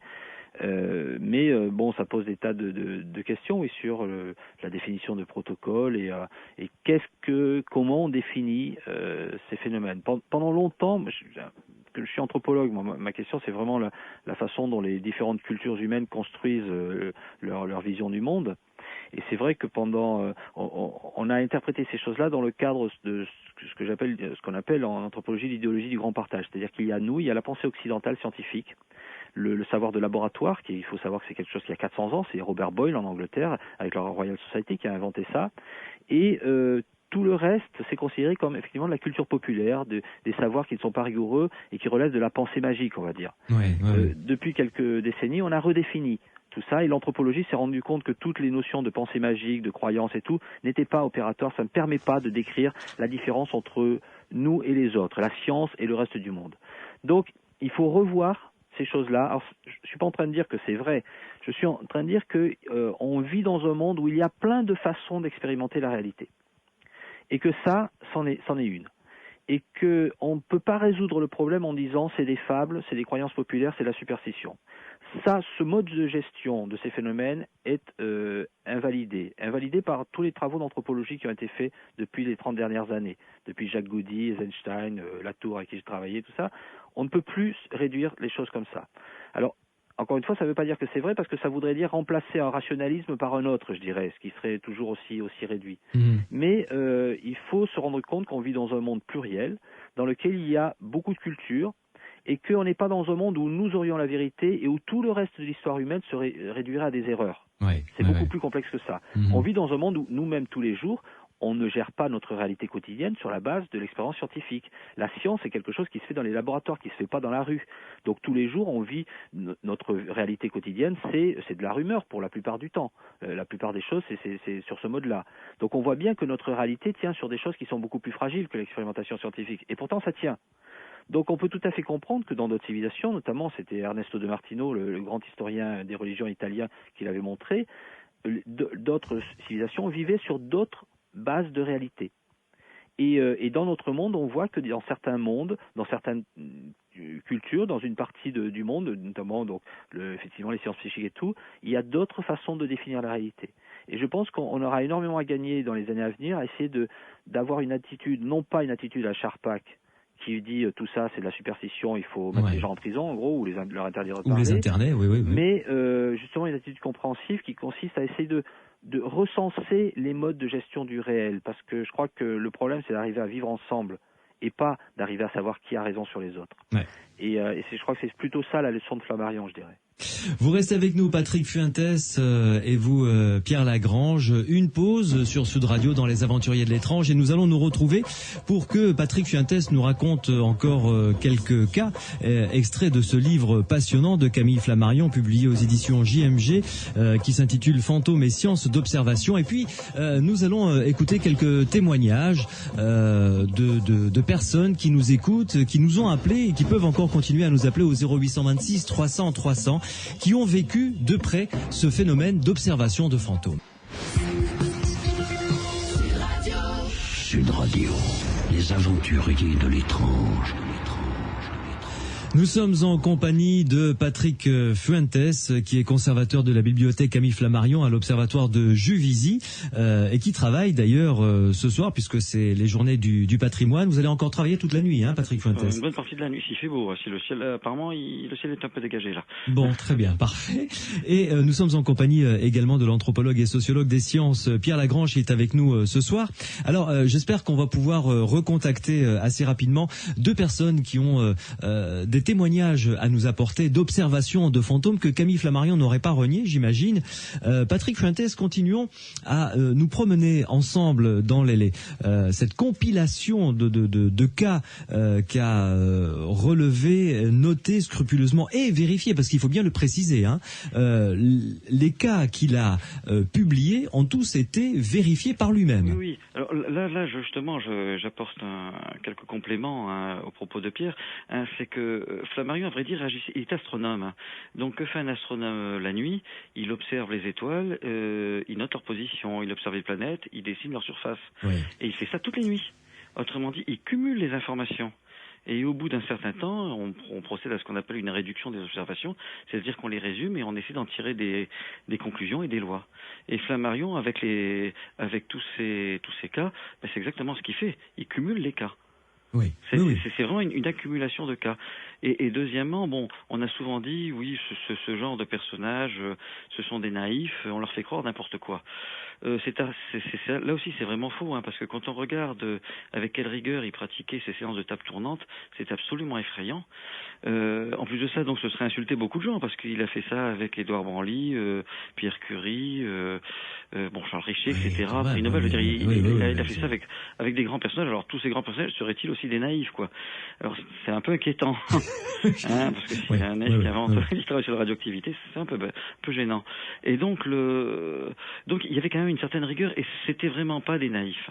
C'était des gens qui croyaient à ce qu'on pouvait faire à cette époque-là, quoi. Ils croyaient découvrir quelque chose. Et ça, je crois que c'était un point sur lequel je voulais insister. Et le troisième aussi, c'est que moi j'ai la chance de lire les originaux. Et je peux vous assurer que quand vous lisez ces lettres écrites, manuscrites, il y a une émotion qui ressort qui n'apparaît pas, malheureusement, on ne peut pas faire apparaître ça dans un livre. Et il y a une émotion vraiment très forte parce que les lettres sont abrégées. Et parce que Flammarion n'a pas mis l'intégralité des lettres, parce qu'il y a des propos qui sont très, très intimes, très personnels. Et on s'aperçoit que les personnages qui écrivent ça sont sincères. Ils l'ont vécu. Il n'y a pas de problème. Oui. On peut pas mentir sur des sujets, sur un parent qui vient de décéder, c'est pas possible. Et ça aussi, comme disait Pierre, ils sont pas tous fous, quoi. C'est pas pensable. Nous sommes d'accord. D'ailleurs, donc on va partir maintenant sur. Je vous propose juste avant de continuer à découvrir les cas qu'a compilé Camille Flammarion, Pierre Lagrange, Patrick Fuentes, je vous propose d'accueillir Laurent. Laurent, bonsoir. Bonsoir. Vous habitez Bordeaux. Merci de nous rejoindre dans les aventuriers de l'étrange, car vous voulez nous relater une expérience que vous avez vécue dans ce domaine, justement. Oui, alors l'expérience est assez étrange parce que en 99, un peu avant la fameuse tempête, ma grand-mère est morte. Oui. Elle avait 86 ans et mon grand-père, lui, est mort alors que j'étais tout jeune. J'avais pratiquement même plus de souvenirs de lui puisque j'avais 6 ans quand il est mort. Et un an après, durant l'année 2000, j'ai déclaré un diabète, j'ai fait un début de dépression, j'étais assez atteint. J'ai pris un sacré coup dans la tête. Et c'était assez dur à vivre. Mais ça va, j'ai remonté la pente. Lentement, et vers la fin de l'année 2000, alors que je me posais un tas de questions en fait parce que ça a déclenché beaucoup de choses au niveau de ma vie personnelle. J'imagine, Mon changement de travail, machin, enfin bref. Parce que je travaillais de nuit. Donc par exemple, pour le diabète, je ne pouvais plus travailler de nuit, c'était impossible. À cause des horaires de repas. Et tout un tas de choses sont mises en place qui faisaient que je me demandais vraiment ce que j'allais devenir à l'époque. Et un an après, pratiquement, le décès de ma grand-mère, un matin, j'ai fait une sorte de rêve éveillé. Comme un rêve éveillé, mais en fait, elle était là, elle était au pied du lit. C'est-à-dire que vous ne dormiez pas, mais vous n'étiez pas réveillé non plus dans cette espèce d'état demi-comateux, quoi. Voilà, un espèce d'état de conscience. Oui, entre les deux, quoi, vraiment, ce qu'on appelle. Voilà. Ouais. Et à ce moment-là, elle est apparue au pied de mon lit, avec à côté d'elle un homme. Au début, j'ai pas capté qui c'était. Mais vous l'avez bien vu, ce couple, quoi. Non, je l'ai vu parfaitement. Mais alors, en couleur et comme si j'avais les deux personnes devant moi. D'accord. Et à ce moment-là, en plus, il commençait à faire jour dehors, donc il n'y avait pas de problème, il y avait bien. Et à ce moment-là, elle s'est tournée vers moi. Et ce qui était très étrange, c'est que moi, je l'ai connue à 86 ans. Quand je l'ai vue, elle paraissait être beaucoup plus jeune. Oui. Et elle était accompagnée, donc, à côté d'elle, d'un homme qui paraissait jeune aussi, enfin, disons une trentaine d'années, quoi, pas plus. Ah oui, carrément, d'accord, ah, beaucoup oui, plus carrément. jeune, d'accord. Elle avait plus que rajeuni, quoi. Elle avait pas du tout l'air, elle n'avait plus du tout l'aspect qu'elle avait au moment de sa mort, quoi. Oui. Parce que je l'ai vue à ce moment-là, donc, ça avait rien à voir. D'accord. Et elle m'a dit, ne t'inquiète pas, de toute façon, tout va aller bien maintenant. Et je dois avouer que depuis, tout un ensemble d'événements ont fait que j'ai, effectivement remonté la pente. Et j'ai fait des coupes sombres dans ma vie par rapport à des gens qui m'attiraient pas mal de problèmes. Oui. Et des choses se sont mises en place. Mais ce qui est très étrange, c'est qu'après, quand je suis tombé sur des photos que ma mère avait, que moi je possédais pas parce que j'ai pas de photos pratiquement, je suis tombé sur les photos de mon grand-père, de mon grand-père, et je me suis rendu compte qu'en fait l'homme qui était à côté d'elle à ce moment-là, c'était lui. Et ils me souriaient tous les deux, et je me suis dit, tiens, voilà, quoi, c'était eux, quoi. Un peu comme s'ils étaient venus me prévenir que ça y est, là, vous sortiez du tunnel, et que, à partir de maintenant, il allait faire jour, quoi. Voilà. C'est un peu ça, quoi. Mais, là, d'abord, vous étiez seul au moment de cette apparition? Oui, j'étais seul, oui. Et alors, la voix, vous l'avez distinctement entendue? Je veux dire, elle vous a parlé comme je vous parle maintenant? Ah oui, c'était distinct. Et j'ai vraiment l'impression que c'était quelqu'un, c'était là, quoi. Oui, qui était au pied du lit, quoi. Le couple était au pied du lit, vraiment. Ouais. Voilà. Mais ils étaient habillés normalement, je veux dire, enfin, Ah oui. Oui. Comme on s'habille pour leur vie, je veux dire. De manière tout à fait banale, quoi. Ça avait rien de... ça surprend quand même, je vous dirais. Hein. Ah bah oui. Quand on est chez soi, ça fait bizarre. Mais oui, voilà, quoi. Qu'est-ce que vous avez ressenti à ce moment-là? Une frayeur, une espèce de... vous n'avez pas eu peur? Ça s'est passé comment? Parce que j'imagine... disons que j'ai appris à contrôler ma peur, parce que pendant 6 ans... après avoir fait des études, j'étais obligé de bosser. J'ai bossé de nuit. J'étais dans un travail de plus d'agent de sécurité que d'ailleurs. Donc je faisais un boulot qui était assez hard, même très hard. Et la peur, c'est quelque chose que j'ai appris à maîtriser. D'accord. Okay. Donc quand vous avez des gens qui vous menacent de mort ou autre, ou vous craquez, vous craquez pas. Moi, pour vous donner un ordre d'idée, moi j'ai tenu 6 ans à ce poste. D'accord. Le gars qui m'a remplacé, il a tenu 6 mois. D'accord. Mais la voix que vous avez entendue, c'était vraiment la voix de votre grand-mère? Ah oui, c'était bien elle, sans conteste. Extraordinaire. Sans conteste. Oui. Et alors, quelque temps après, vous avez vu les photos donc de vos grands-parents? Oui. Et là, moi, j'avais des photos de ma grand-mère. Oui. Même un peu plus jeune, mais j'avais pas de photos de mon grand-père. Et en retournant chez mes parents, suite au fait que ma grand-mère était morte, tout a été déménagé, tout a été chamboulé. Oui. Et un peu de temps après que j'ai fait j'ai eu cette espèce de vision de ma grand-mère et de mon grand-père, je suis tombé sur une photo de mon grand-père plus jeune. Et là j'ai tilté par contre. Là c'était lui. Oui, effectivement, c'était lui. Extraordinaire. Là j'ai fait le recoupement. Mais au départ, j'avais pas du tout pris conscience que c'était lui comme ça, de but en blanc, quoi. Oui, tout à fait. Quoi. Oui. C'est venu après, quoi. Et oui, parce qu'il est mort, vous aviez 6 ans, et donc vous ne souveniez absolument plus de son visage. Ah non, puis ma grand-mère avait une photo de lui chez elle, dans un cadre, c'est tout ce qu'elle mettait, la seule photo d'ailleurs qu'elle affichait, et sur cette photo-là, il avait l'âge, et l'aspect visuel tel que moi j'aurais pu le voir à l'âge de 6 ans, quoi. C'est-à-dire âgé, déjà bien fatigué, il est mort d'un cancer, il était très très marqué. Oui. Donc pas du tout le visage. Le jeune homme de 30 ans que vous avez vu, quoi. Ouais, 30 ans, 35, je sais pas, mais jeune, quoi. Ça n'avait rien à voir avec quelqu'un d'âgé. Bon, en tout cas, ils vous ont annoncé une bonne nouvelle. Ouais.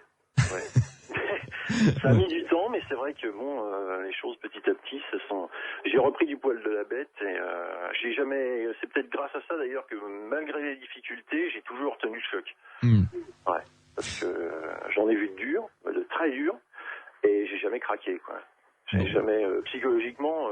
J'ai eu une compagne par exemple qui a déclaré une bipolarité, ce qui est très très très très difficile à vivre. Quand on vit avec quelqu'un qui est comme ça, c'est tous les jours. Oui. C'est des hauts, des bas, c'est des barres sans pleine tête, constamment.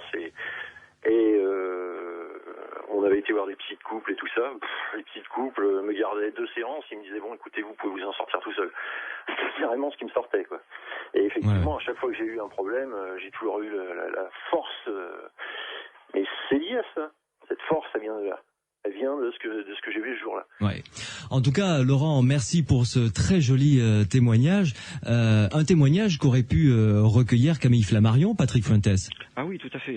Ça c'est un cas extraordinaire et typique parce qu'on s'aperçoit que c'est pas une hallucination, puisque déjà bon, il y a la grand-mère qui parle, et puis ensuite on vérifie un élément qui n'était pas connu de la personne. C'est cette photo-là qui réapparaît après, ce personnage qui est à côté, et justement, Flammarion a réuni beaucoup de ce genre de témoignages, parce qu'ils sont vraiment caractéristiques et assez extraordinaires.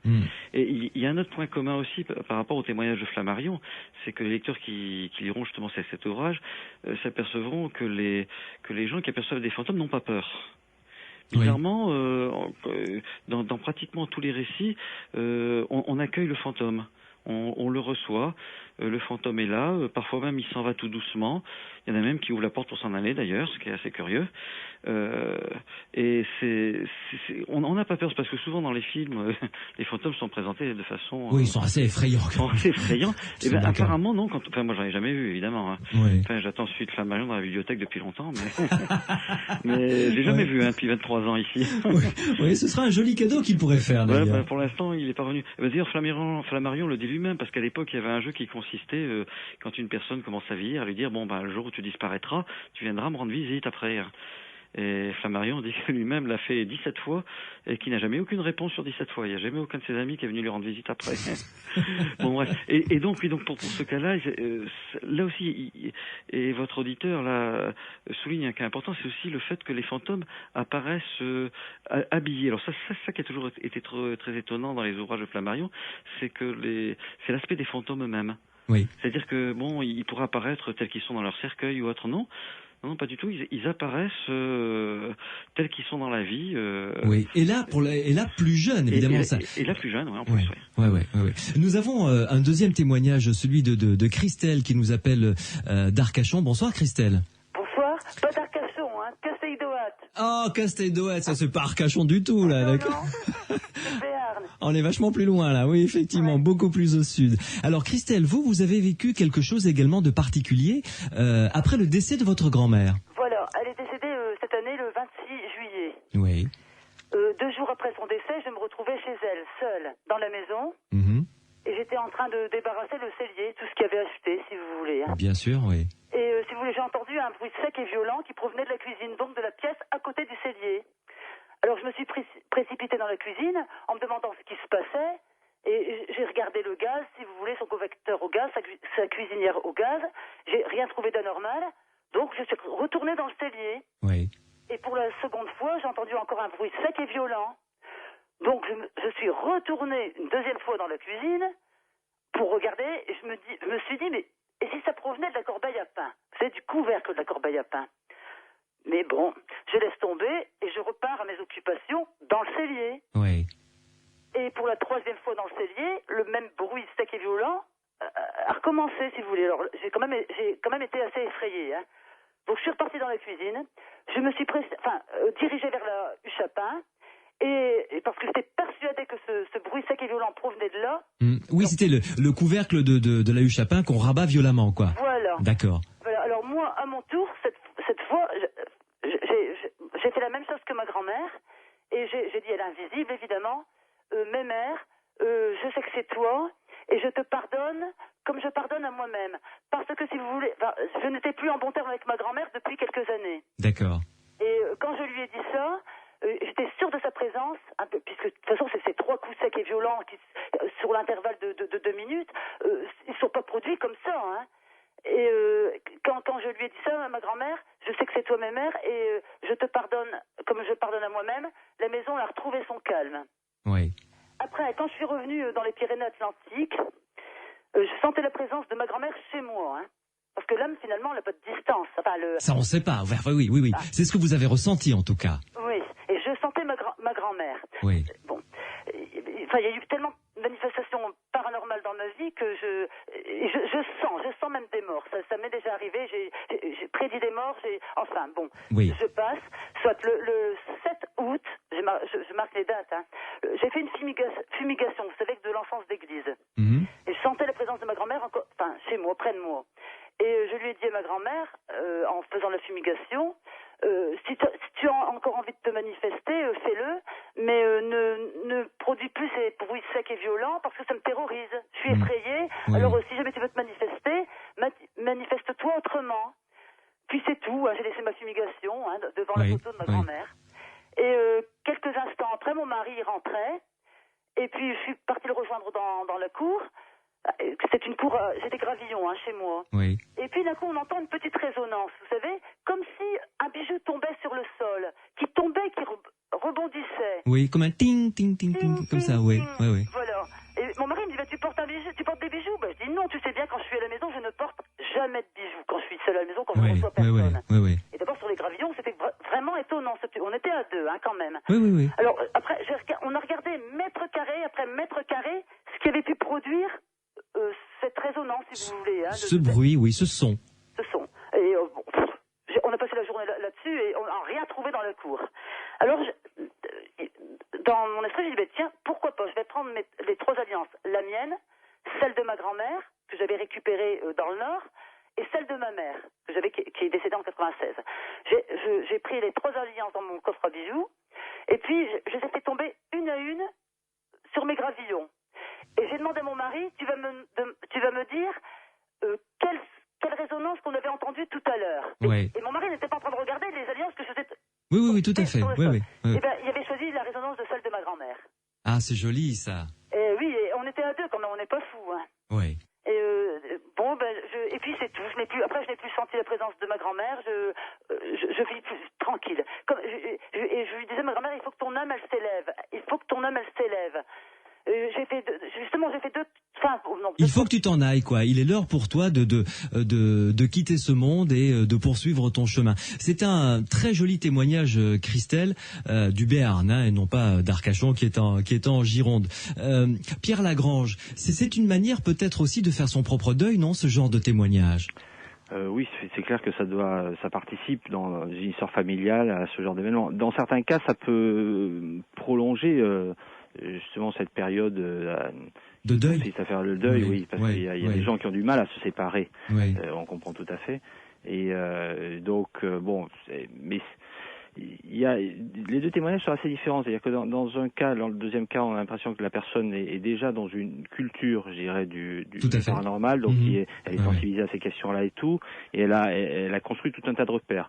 Le premier témoin, par contre, on a l'impression que c'est plus quelque chose qui a surgi dans son univers alors qu'il n'était pas vraiment demandeur. Ah non, Laurent, lui, il l'a vécu comme ça, brut de décoffrage. Voilà, ça c'est le cas de beaucoup de gens. Il y a vraiment, c'est vrai qu'aujourd'hui, on est plus, on va dire, dans les histoires de télépathie ou de soucoupe volante que de vision de mort. On a l'impression que c'est un peu passé de mode. On associe ça souvent au siècle passé. Oui. Mais c'est vrai que dans d'autres cultures, c'est encore très vivant. Il y a il faut savoir que Allan Kardec, si chez nous on l'a un peu oublié, les gens qui visitent sa tombe, c'est beaucoup de Brésiliens, et au Brésil, c'est extrêmement important. Le spiritisme est encore très présent. Oui. Donc c'est une des grandes religions brésiliennes. Oui. On en parlera d'ailleurs, j'en profite, je saisis la perche, Pierre Lagrange, on en parlera demain soir, puisque l'émission est consacrée aux artistes médiumniques, c'est-à-dire aux médiums qui sont artistes, qui produisent des œuvres d'art. Disent-ils en étant en contact avec des esprits? Ça, c'est leur analyse à eux, et on parlera notamment du cas de Luis Gasparetto, qui est un Brésilien qui est artiste et médium, et qui peint des toiles tout à fait étonnantes, signées Van Gogh, Manet, Monet, enfin des choses assez surprenantes.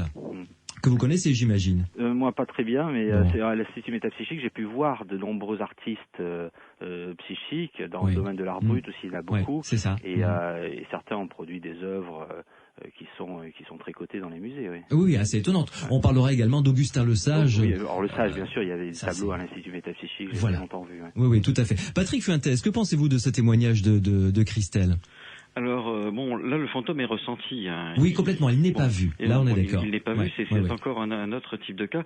Mais par contre, pour continuer justement notre analyse des fantômes, il est vu après le décès. Il est vu un certain temps après le décès. Et ça a été un des cas encore recensés par Flammarion. Ces fantômes vus après le décès, alors peu de temps, et même parfois très longtemps après le décès. Alors apparemment, il y a des fantômes qui restent, hein, et donc ces fantômes viennent retrouver leurs parents. Même parfois quand c'est un délai assez court, quoi, de quelques jours, c'est toujours pour annoncer leur mort. Il faut pas oublier qu'on est dans une époque où il n'y a pas le téléphone, hein, il n'y a pas le télégraphe. Il y a le télégraphe, mais disons quand on est loin, c'est très exceptionnel, c'est pas très fonctionnel. Hein. Je veux dire, les nouvelles avancent très très lentement, hein, et c'est souvent le fantôme lui-même qui vient annoncer son décès une semaine après, quoi. Et le parent l'apprend plus tard, quoi. C'est ça qui est assez étonnant. Hein. Alors racontez-nous quelques cas de fantômes qu'a compilé donc Camille Flammarion, mais cette fois-ci qui sont apparus peu de temps après leur décès, et après il a compilé aussi également, ça c'est presque le dernier chapitre, hein, parce qu'après il y a les cas de fantômes douteux qu'il a compilé également pour de manière honnêteté intellectuelle, quoi. Pour l'honnêteté intellectuelle, il en a également répertorié, mais des cas de fantômes apparus peu de temps après leur décès et longtemps après leur décès. Oui, alors par exemple, je peux citer un cas qui est dans le livre et qui est très court, hein, ça donnera comme ça une idée, hein, qui se passe à Bordeaux d'ailleurs. Hein.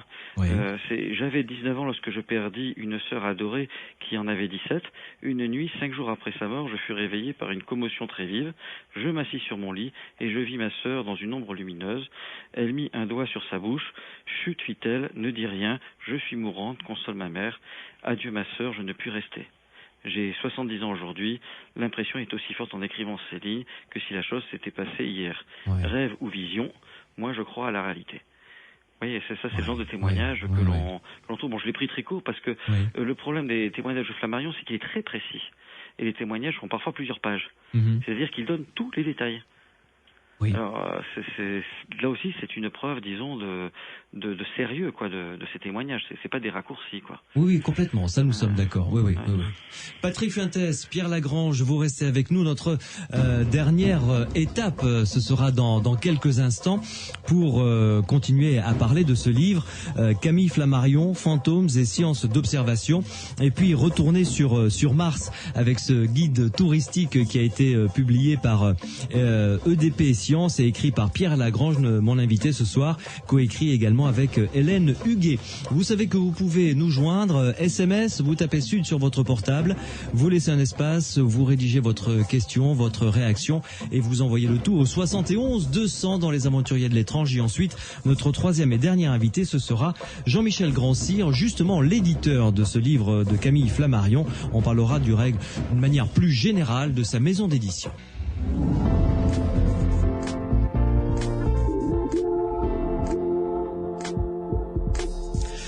Patrick.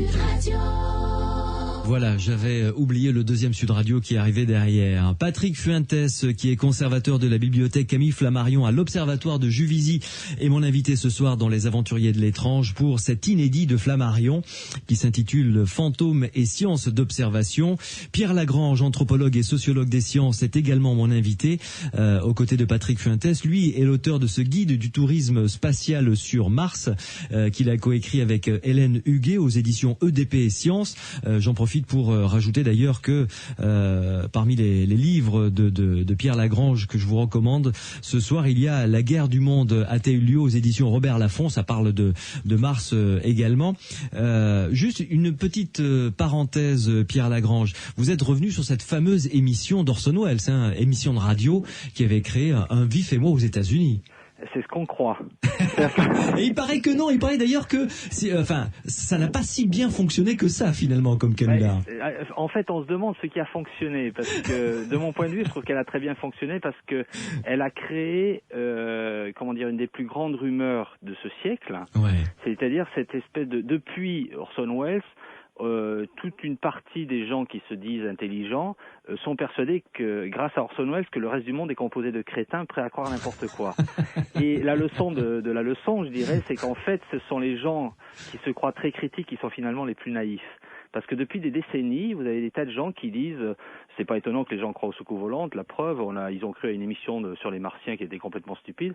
Et en fait, ce qu'on oublie, c'est que non, les gens n'ont pas cru à cette émission. Alors que la rumeur dit qu'il y a eu des suicides, les gens sont descendus en masse dans les rues. Oui. Et c'est toujours les gens qui brandissent l'esprit critique qui disent, vous voyez, ils ont cru à n'importe quoi, ils se sont jetés par les fenêtres. Non, moi j'ai cherché les suicidés, je les ai pas trouvés. J'ai trouvé une jeune femme qui s'est cassée la jambe ou le bras, je crois, en descendant les escaliers un peu rapidement. C'est à peu près tout. Et du point de vue de la panique, ça a été quelque chose d'un phénomène très très localisé. Ça n'a pas été une espèce de tsunami qui aurait recouvert les États-Unis d'un vent de panique. C'est pas du tout ça. Ah bon? Donc, non. Oh, je suis déçu. Non, c'est vraiment une vraie rumeur rationaliste, cette histoire. C'est-à-dire que c'est un truc qui est né à une époque où on était encore très dans les rapports entre savants et populaires et on pensait volontiers que le peuple, en gros, était prêt à croire n'importe quoi.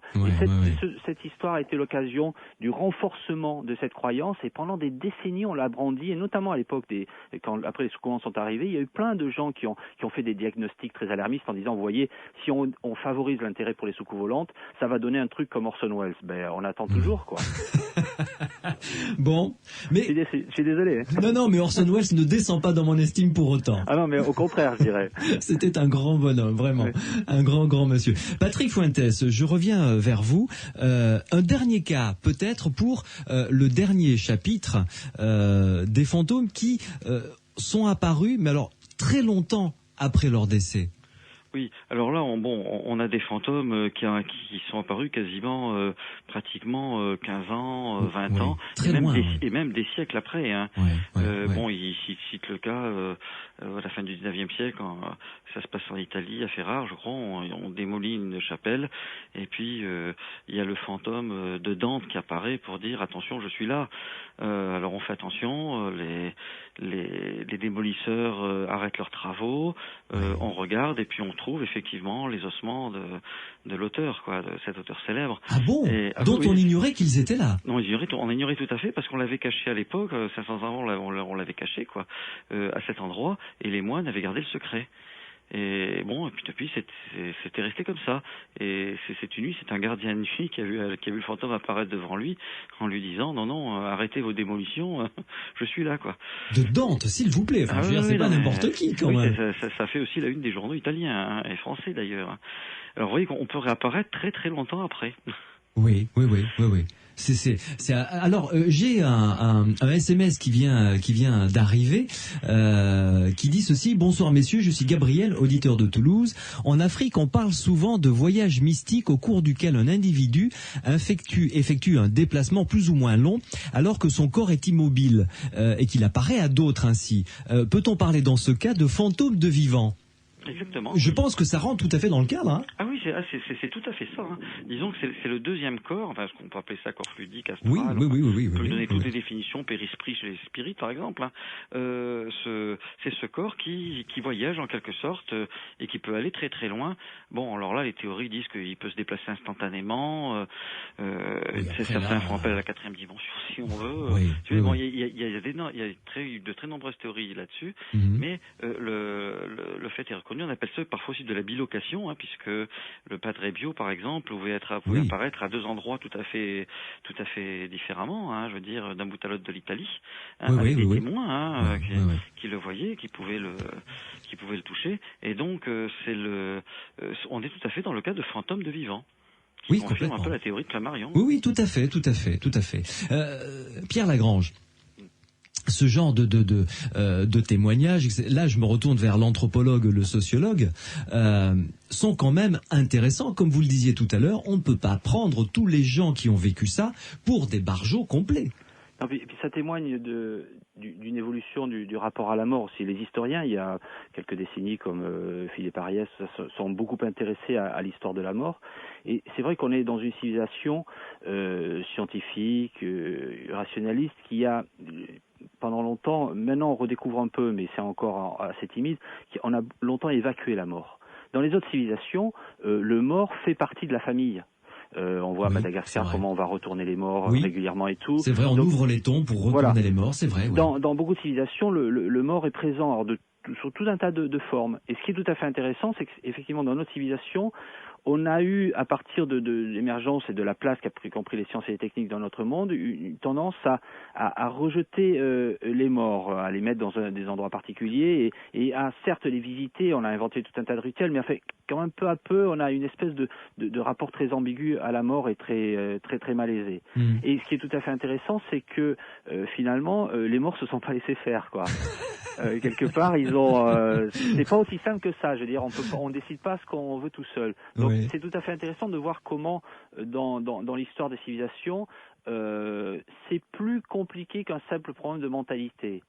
On se rend compte que il y a des choses qui s'imposent. Alors, il s'agit pas de dire au premier degré que c'est tout simplement les morts qui reviennent ou des trucs comme ça, mais il s'agit de bien comprendre que, dans ces espèces de prises de décision collectives, il y a tout un tas de choses qui sont beaucoup plus subtiles que ce qu'on aurait pu croire. Et c'est vrai que donc la métapsychique, tout ça, le spiritisme, ont maintenu les morts, ne serait-ce qu'aux marges de la culture, mais quand même bien présents. Et du coup, ont entraîné toute une série de mouvements qui fait que depuis quelques décennies, avec Elisabeth Kubler-Ross, tout un tas de les études sur les NDE, en fait toutes ces choses-là, on a le phénomène de la mort qui est un peu à nouveau apprivoisé et on recommence à regarder ces choses-là différemment. Et donc on a bien l'impression qu'il y avait une espèce de dimension rejetée des civilisations, des cultures humaines, dont finalement on peut pas se débarrasser comme ça. Les morts font partie de notre vie. De notre vie. Oui. Patrick Fuentes, pour conclure, avant d'écouter l'interview de Jean-Michel Grand-Cyr, vous avez permis la publication de ce livre de Camille Flammarion. Est-ce que vous ne pensez pas que vous allez vous faire haïr par les tenants d'une science officielle qui pensent peut-être que vous dépréciez l'image de ce grand scientifique ? Des rationalistes, il y en a toujours. Hein. Ça on peut pas les éviter. Mais je crois que ces rationalistes ne sont pas des historiens. Et ils oublient qu'un personnage est entier. C'est-à-dire que Flammarion vivait dans son époque, et dans son époque, ces phénomènes étaient des phénomènes scientifiques.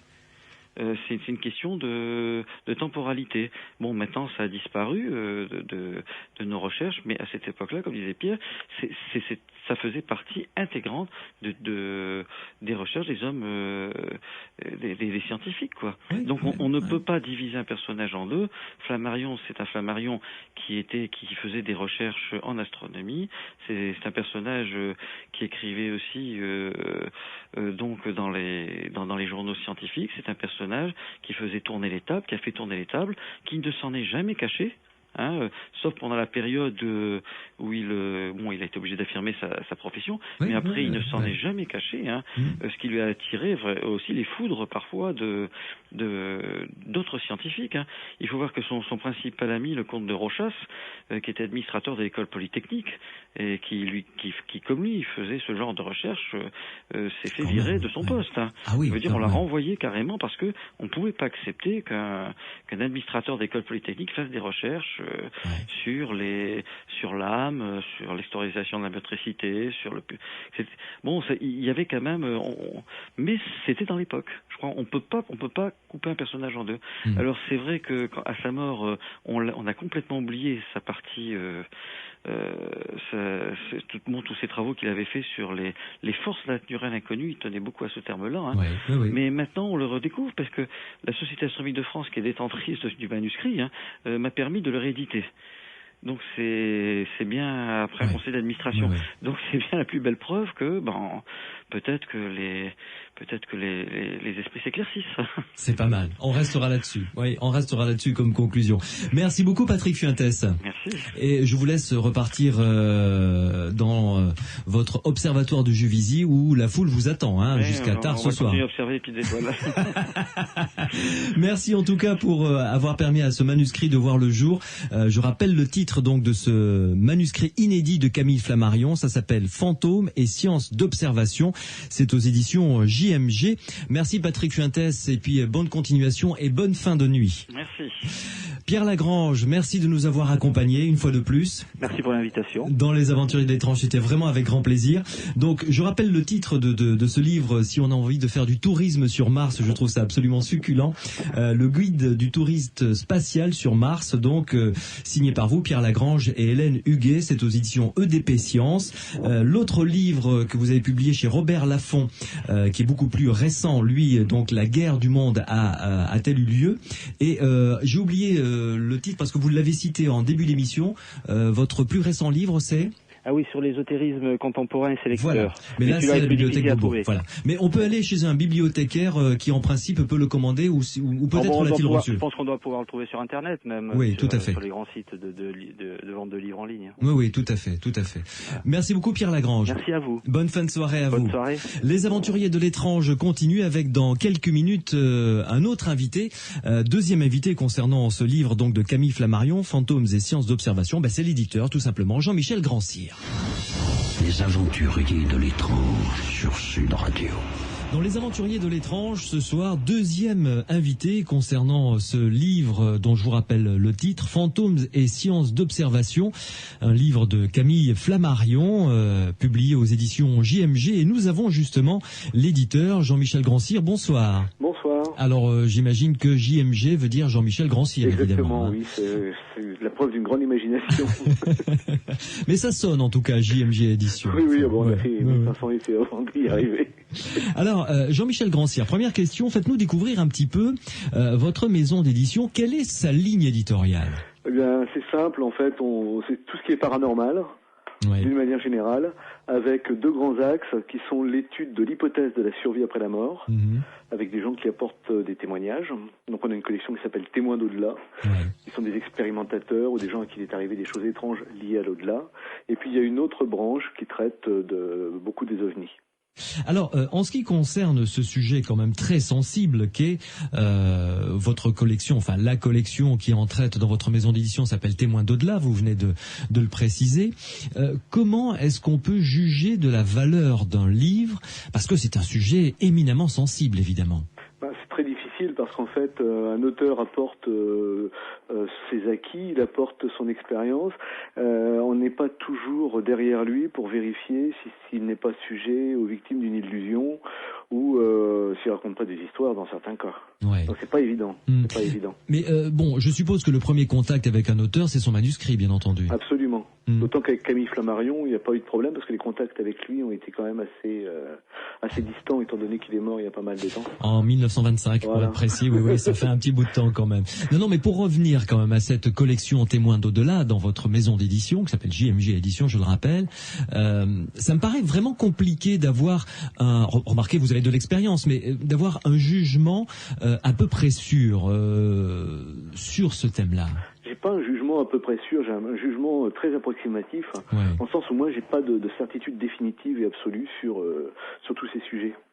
Donc je suis très très ouvert. Je fais partie des sceptiques ouverts, c'est-à-dire des sceptiques qui ont tendance à croire à la réalité du paranormal, mais qui en même temps, je suis tenaillé par le doute. Donc j'essaie de faire passer des différents messages, des messages différents, complémentaires et contradictoires quelquefois. Là, je dirais que la contradiction ne me fait pas peur. J'ai une revue qui s'appelle Parascience, qui est créée et qui est dédiée à ce sujet, où justement on l'aborde sous tous ses aspects, y compris les aspects où on n'est pas d'accord avec l'au-delà, l'hypothèse de la survie et tout ça. Oui, c'est-à-dire que il vous est arrivé même de publier des livres qui défendaient une thèse avec laquelle vous n'étiez pas d'accord. Ah bah oui, absolument. Sinon, ce serait doctrinaire et puis on entrerait dans la dictature de la pensée unique, voire la pensée unique. Donc non, je suis pas dans ce registre-là. Oui. Jean-Michel Grandcir, qu'est-ce qui vous a donné envie de créer ce type de maison d'édition? On n'y vient pas par hasard. J'ai toujours été passionné par ces phénomènes. En fait, quand j'étais petit, j'écoutais à la radio des émissions de Jean Nochet, c'était dans les années 60, qui parlaient des extraterrestres, et ça me fascinait. Et puis, ça m'a toujours tenu. Donc, un jour, je me suis dit, tiens, je vais faire une revue. Alors, j'ai appelé Parascience. Et puis, Patrick Fuentes, d'ailleurs, m'a fait l'honneur de faire un article dedans. pour le premier numéro de la revue. Ouais. Il va peut-être me faire l'honneur de faire le second article qu'il m'avait promis pour le numéro 2 d'ailleurs. Ça c'est un petit clin d'œil que je lui fais parce que ça remonte à plusieurs années ça alors. Ça remonte à il y a plus de 15 ans. Si j'ai bien compris, d'accord, c'est bien ce qui me semblait. Oui, parce que là on publie le numéro 63 de la revue donc. Oui, voilà, oui. Mais je n'ai toujours pas le deuxième article de Patrick Fuentes. Bon. Donc Patrick, si tu m'entends. S'il te plaît. Voilà.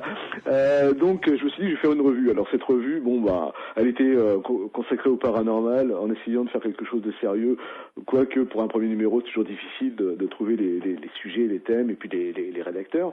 Et puis j'ai vendu à quelques copains forcément, à la famille, et puis pas d'abonnés. Et en fait je m'intéressais beaucoup déjà à tous les sujets qui traitent de la survie après la mort. Ouais. Et François Brune est passé à la télévision, une émission de Chavannes qui s'appelait C'est mon mardi. Oui, puis je lui ai téléphoné pour lui proposer une interview.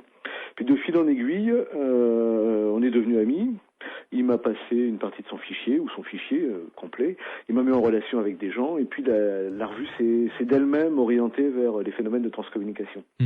Donc c'est comme ça que tout a commencé. Oui. Et la revue a donné naissance ensuite à des hors-séries, qui sont devenus des livres. Ouais. Je me suis dit pourquoi ne pas les mettre en librairie, ce que j'ai fait, et puis voilà, petit à petit, ça a démarré comme ça. Et c'est devenu une maison d'édition. C'est devenu une maison d'édition. Mais dites-moi, Jean-Michel Grandcir, quand même, à titre personnel, vous avez dû être confronté peut-être une fois ou l'autre à l'au-delà. Je veux dire, un proche. Est-ce qu'il faut chercher des racines également de ce côté-là ? Non, pas du tout. Ouais. J'ai jamais cherché à entrer en contact avec un proche défunt, jamais. Déjà parce que je trouve ça très malsain. Ouais. Je pense qu'il faut laisser les morts avec les morts, les vivants avec les vivants, qu'il est important pour les vivants de faire leur deuil. Je crois que c'est plus l'objet d'une recherche que l'objet d'une croyance. Ouais. Et quand les gens me disent c'est sûr, c'est ça, je dis non, c'est pas sûr, c'est pas ça, on sait pas. On sait pas. Il y a un faisceau de présomption qui laisse imaginer et supposer qu'il y a une survie après la mort, mais il y a aussi des éléments qui sont là pour dire non, ça peut être autre chose, ça peut être la super perception extrasensorielle. Différentes théories se mettent l'une face à l'autre et puis ne demandent qu'à être évaluées. Le problème, c'est que la recherche actuellement sur le sujet est au degré zéro. Oui. Il n'y a pas de recherche. Il n'y a pas de recherche. Il y a quand même quelques scientifiques dans le monde entier qui essaient peut-être de chercher, non ? Très paradoxalement, tant qu'on ne parle pas du mot mort, ça va. Par exemple, pour ce qu'on appelle communément les NDE, oui. EMI en français, expérience de mort imminente. EFM, pardon, expérience aux frontières de la mort. Là, oui, ça intéresse pas mal de médecins, de réanimateurs, parce qu'ils sont confrontés au phénomène avec des gens qui partent dans le coma, qui reviennent et qui racontent des choses. Oui. Donc là, il y a effectivement matière. Il y a eu un grand colloque d'ailleurs il y a quelques mois sur le sujet qui était très intéressant. Dès qu'on touche à la mort ou au contact avec les morts ou aux tentatives de contact avec les morts par la transcommunication, là il y a une fermeture que je comprends et puis qu'en même temps je déplore. C'est très ambivalent. Oui. C'est un sujet tabou qui touche tout le monde au plus profond de soi-même finalement. Alors ça touche tout le monde. Puis en même temps, ceux qui seraient appelés à s'y intéresser expérimentalement refusent de le faire par une espèce de pudibonderie, soit parce qu'ils ont peur de passer pour des farfelus, soit parce qu'ils veulent donner de la parapsychologie une image très très lisse, très polie, pour pouvoir avoir leur petite entrée dans, je dirais, à l'Académie des sciences, là où de toute manière on ne les acceptera jamais. Jean-Michel Grandcir, vous êtes mon invité dans Les Aventuriers de l'étrange sur Sud Radio. Vous êtes directeur de la maison d'édition JMG Édition que vous avez créée et je vous ai demandé d'être parmi nous ce soir pour un livre qui vient d'être publié par vos soins, donc Fantômes et sciences d'observation, signé Camille Flammarion, mort en 1925. Racontez-nous, parce que je ne l'ai pas demandé à Patrick Fuentes qui nous a parlé très longuement de ce livre, mais l'historique de ce livre qui est proprement hallucinant, c'est digne d'un roman. Patrick s'occupe beaucoup de la bibliothèque de Camille Flammarion, il est toujours fourré. Puis un jour il me dit oh tu sais, j'ai retrouvé des papiers de Flammarion, il est en train de faire un bouquin, il n'a pas achevé. Je dis mais c'est génial, faut faire quelque chose. Oui, mais bon, faut que je cherche. Alors, comme j'attends toujours le numéro 2 qu'il doit m'envoyer pour la revue ou l'article. Ça a pris du temps, il a fallu le tanner, le Patrick. Mais il me connaît bien, et puis moi, comme je suis très têtu, au bout bout de quelques années quand même, il a même réussi à retrouver les parties qui étaient encore manuscrites, parce que le texte avait déjà été composé pour une partie. Ouais. Il y a des chapitres entiers qui ont été écrits par Camille Flammarion et mis en forme. Ah bah oui, tout à fait, ils étaient mis en forme, et puis il y a des parties qui étaient encore sous la forme de vraiment manuscrites, c'est-à-dire écrit à la main, dans le style de Flammarion. Alors là, Patrick a fait un travail de romain, parce qu'il a décrypté tout ça, il a remis tout ça en forme. Alors là, je dois lui dire chapeau. Chapeau, bravo. Merci. Et quelle a été votre réaction? Parce que comme tous les éditeurs, vous avez suivi l'avancement de ce travail, vous avez été le premier, le premier lecteur privilégié. Oui. Moi, ce qui m'intéresse dans la façon de raisonner de Camille Flammarion, c'est qu'il n'est pas partisan. C'est-à-dire qu'il observe les phénomènes, il relate les phénomènes, et il n'hésite pas à les relater avec leurs contradictions. Comme par exemple la grande contradiction, pourquoi un fantôme apparaît-il habillé? C'est très très étrange qu'un fantôme apparaisse habillé. C'est vrai. Bon, il parle de choses comme ça, il parle de choses qui sont complètement incohérentes, mais en même temps il ne les censure pas pour faire passer une idée globale qui pourrait faire avaler une idéologie derrière. Donc il parle de force naturelle inconnue, il essaye de ramener les choses à ça, sans pour autant accréditer une thèse plutôt qu'une autre. Oui, d'une manière très saine finalement. Voilà, c'est très sain, et c'est ce que j'aime dans ce genre de travail. Alors que souvent, combien de fois des gens m'envoient des cassettes avec des enregistrements de voix où on entend des murmures, et puis ils ont entendu des discours à n'en plus finir, et alors qu'en fait il n'y a pas grand-chose. Ça arrive de temps en temps, pas toujours, mais ça arrive. Donc il faut quand même garder les pieds sur terre, et puis garder la raison bien chevillé au raisonnement, oui. Jean-Michel Grand-Cyr, de votre point de vue, puisque vous êtes quand même un observateur privilégié, un petit peu de l'histoire des sciences face au paranormal, on parle de Camille Flammarion. Bon, grand astronome français, grand scientifique français en règle générale. On lui doit beaucoup dans le domaine de l'astronomie et de l'observation. Il est mort en 1925. Et il a produit, comme on l'a vu durant presque ces 2 heures, énormément de livres sur les études concernant des fantômes ou des apparitions. Qu'est-ce qui s'est produit dans l'histoire des sciences françaises qui ont fait que les grands scientifiques sont devenus totalement hermétiques à ce genre de sujet? Il y a eu un excès, à mon avis, dû de faux médiums qui ont faussé les recherches. Beaucoup d'illusions qui ont perdu. Voilà, c'est ça. Beaucoup d'illusions perdues, oui, peut-être. Beaucoup d'illusions perdues, on peut le dire. Et puis aussi la montée en puissance du scientisme, de la science toute puissante, avec une idéologie matérialiste très très forte et très enracinée, qui fait que peu à peu, et aussi la perte des phénomènes médiumniques majeurs qui étaient fréquents au début du 20e siècle, comme ceux produits par Eusapia Palladino, voilà, etc. par exemple, et tous ces phénomènes de matérialisation qui ont quasiment disparu actuellement, et qui ont fait place à autre chose. Mais actuellement ils ont disparu. Donc ils ont été étudiés et ça a donné lieu à des débats. Aussi peut-être parce qu'à l'époque les gens n'hésitaient pas à débattre. Aujourd'hui on ne débat plus, on s'engueule, on s'insulte, on s'invective, on dit qu'on a raison, que les autres ont tort, et puis on ne confronte pas les idées. Donc il y a une perte progressive, peut-être due aussi parce que les mentalités ont bougé, je pense. Les mentalités ont bougé. Et puis on est peut-être aussi victime de la parapsychologie américaine qui a de très bons côtés, essayer de démontrer les phénomènes paranormaux par les statistiques. Oui, comme ce que fait Dean Radin, par exemple. Par exemple, mais on veut rationaliser l'irrationnel. Et en voulant rationaliser l'irrationnel, on perd complètement toute une partie de l'irrationnel. Parce que je ne suis pas sûr que l'irrationnel puisse être rationalisé complètement. Et ça, c'est autant valable pour ceux qui croient en la survie, qui veulent faire un au-delà banalisé, bien propre, bien clean, en fonction de leurs croyances, que ceux qui veulent surtout pas en entendre parler, parce que là, on sort du cadre du cerveau qui produit des phénomènes un peu bizarres. Oui. Vous voyez, je renvoie dos à dos les deux. Oui. Jean-Michel Grand-Cyr, vous parliez on ne peut pas rationaliser l'irrationnel, c'est-à-dire qu'on ne peut pas le quantifier avec des centimètres, des millimètres, des poids, des grammes, des kilogrammes, ou tout ce que l'on sait comme mesure. Donc, quelles seraient les différentes échelles à utiliser ? C'est très compliqué. Bonne question. Oui, c'est une excellente question que je vous remercie d'avoir posée. Revenez dans 2 heures, voilà, écoutez, merci, très bien. Je suis pas un homme politique, alors je vais pas pouvoir vous noyer dans la langue de bois. Oui. Non, c'est un problème complexe. On peut rationaliser une partie de l'irrationnel, on peut le quantifier, mais très très vite on s'aperçoit qu'une fois qu'il est sorti par la porte, l'irrationnel rentre par la fenêtre. Ouais. Moi, je suis allé par exemple, on est dans un autre registre, un registre moderne. Je suis allé au col de Vence faire des expériences de photographie numérique paranormale avec tout un groupe. C'est-à-dire, expliquez-nous ça, au col de Vence, des photographies. Alors le col de Vence se situe au-dessus de Nice. Oui.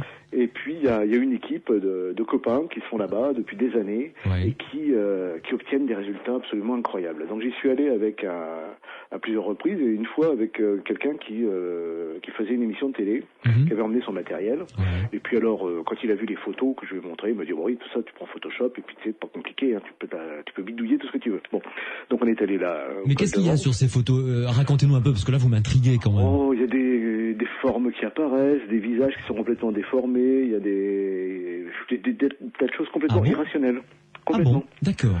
Que ce soit en plein jour ou en pleine nuit, d'ailleurs. D'accord, oui. Donc on est allé là-bas, et puis d'un seul coup, pouf, ça y est, des phénomènes se déclenchent. Alors on prend des photos, et puis on voit sur le petit écran LCD, on voit le visage de la personne qu'on a pris en photo qui est déformé complètement, comme traversé par une balle, comme... Alors c'est-à-dire, attendez, parce que là vous allez un peu trop vite pour moi. Il y a quelqu'un qui est en face de vous. Oui. Une personne, quoi, normale. Une personne ou personne. D'accord. Ou rien, ou la nature. Et là, ce phénomène est visible à l'œil nu et vous le prenez en photo. Non, il n'est pas visible à l'œil nu. Il n'apparaît qu'au moment où on prend la photo. Donc, vous prenez des photos un petit peu au hasard, quoi. Complètement. Et on voit des jets de lumière qui sortent de la terre, on voit des visages déformés, on voit des objets volants non identifiés, vraiment des formes qui ressemblent à des ovnis alors qu'il n'y en a pas dans le ciel. Ouais. C'est très très très bizarre. On est en train de préparer un livre sur le sujet et justement ce journaliste qui était très très sceptique au départ, c'est un des premiers à avoir obtenu avec son propre matériel, sans que personne y touche, des phénomènes de cet ordre.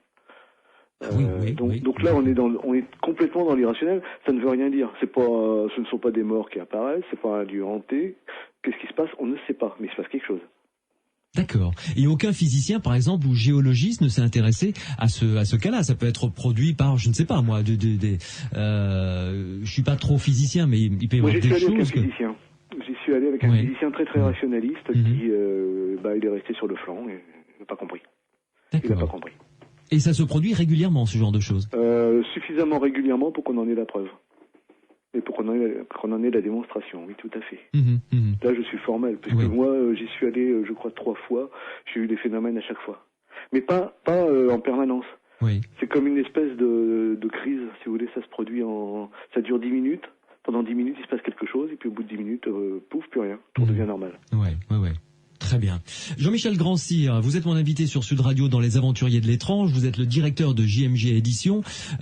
Petite page publicitaire. Quels sont les prochains bouquins qui vont sortir, qui vous semblent intéressants? Tous, vous allez me dire, évidemment, puisque vous les sortez. Alors là. Mais au moins en sortir un ou deux qui pourraient, pour lesquels vous avez un coup de cœur, des choses vraiment intéressantes. Là, j'ai pas mal de livres sur les ovnis. J'en ai un sur les armées fantômes que Jean Sider m'a fait l'honneur de me confier et qui est très intéressant parce que c'est tout un travail historique sur les apparitions d'armées fantômes qui apparaissent dans le ciel, qui apparaissent sur le sol avec les bruits des années, voire quelquefois des siècles après. On a entendu parler de ce genre de cas-là en Écosse, par exemple. Oui, mais lui en donne des cas considérables. Il y en a énormément. Il y en a eu à Dieppe des années après le débarquement de Dieppe. D'accord. Ouais. un autre, bon, c'est toute une série de textes sur les revenants, les fantômes et les revenants, mais ça n'a rien à voir avec ce qu'a fait Camille Flammarion, c'est plutôt les légendes liées aux revenants. Ouais. Un dictionnaire critique de la parapsychologie, très intéressant, assez volumineux, qui va paraître bientôt. Ouais. Donc, dictionnaire critique, parce qu'effectivement, il y a un recul par rapport à la parapsychologie, sans en nier les côtés positifs, mais tout en restant très oui, un cohérent. constat objectif, quoi. Voilà, objectif, je dirais, oui. Objectif. Et puis un livre d'un Toulousain qui s'appelle Yves Linès, sur... qui fait de la transcommunication. Voilà, sur ce phénomène de transcommunication et sur son expérience qui est très intéressante.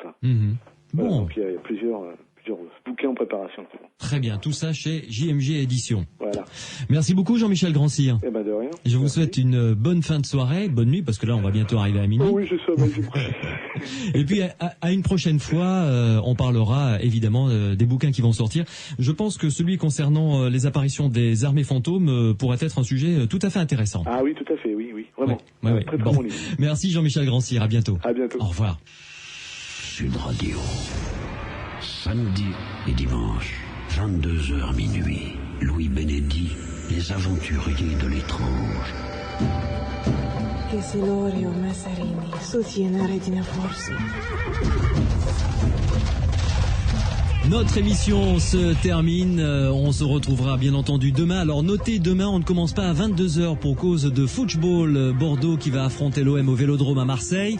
Ce sera donc à partir de 23h, nous parlerons d'art médiumnique, comment des médiums disent entrer en contact avec des personnes décédées et ensuite ces esprits, comme ils disent, utilisent comme instrument de peinture ou de dessin ou d'expression les bras de ces artistes pour laisser des traces tout à fait étonnantes. Ce sera donc le sujet de demain soir à partir de 23h jusqu'à minuit.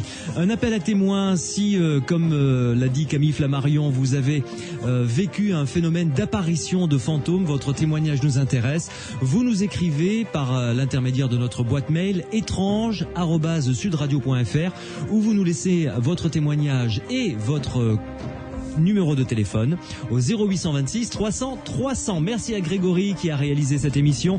Merci à Morad qui était au standard et merci à Pierre Macias qui m'épaule comme un fidèle pilar, comme on dit en rugby, pour réaliser les aventuriers de l'étrange. Passez une belle nuit et rendez-vous demain à partir de 23h.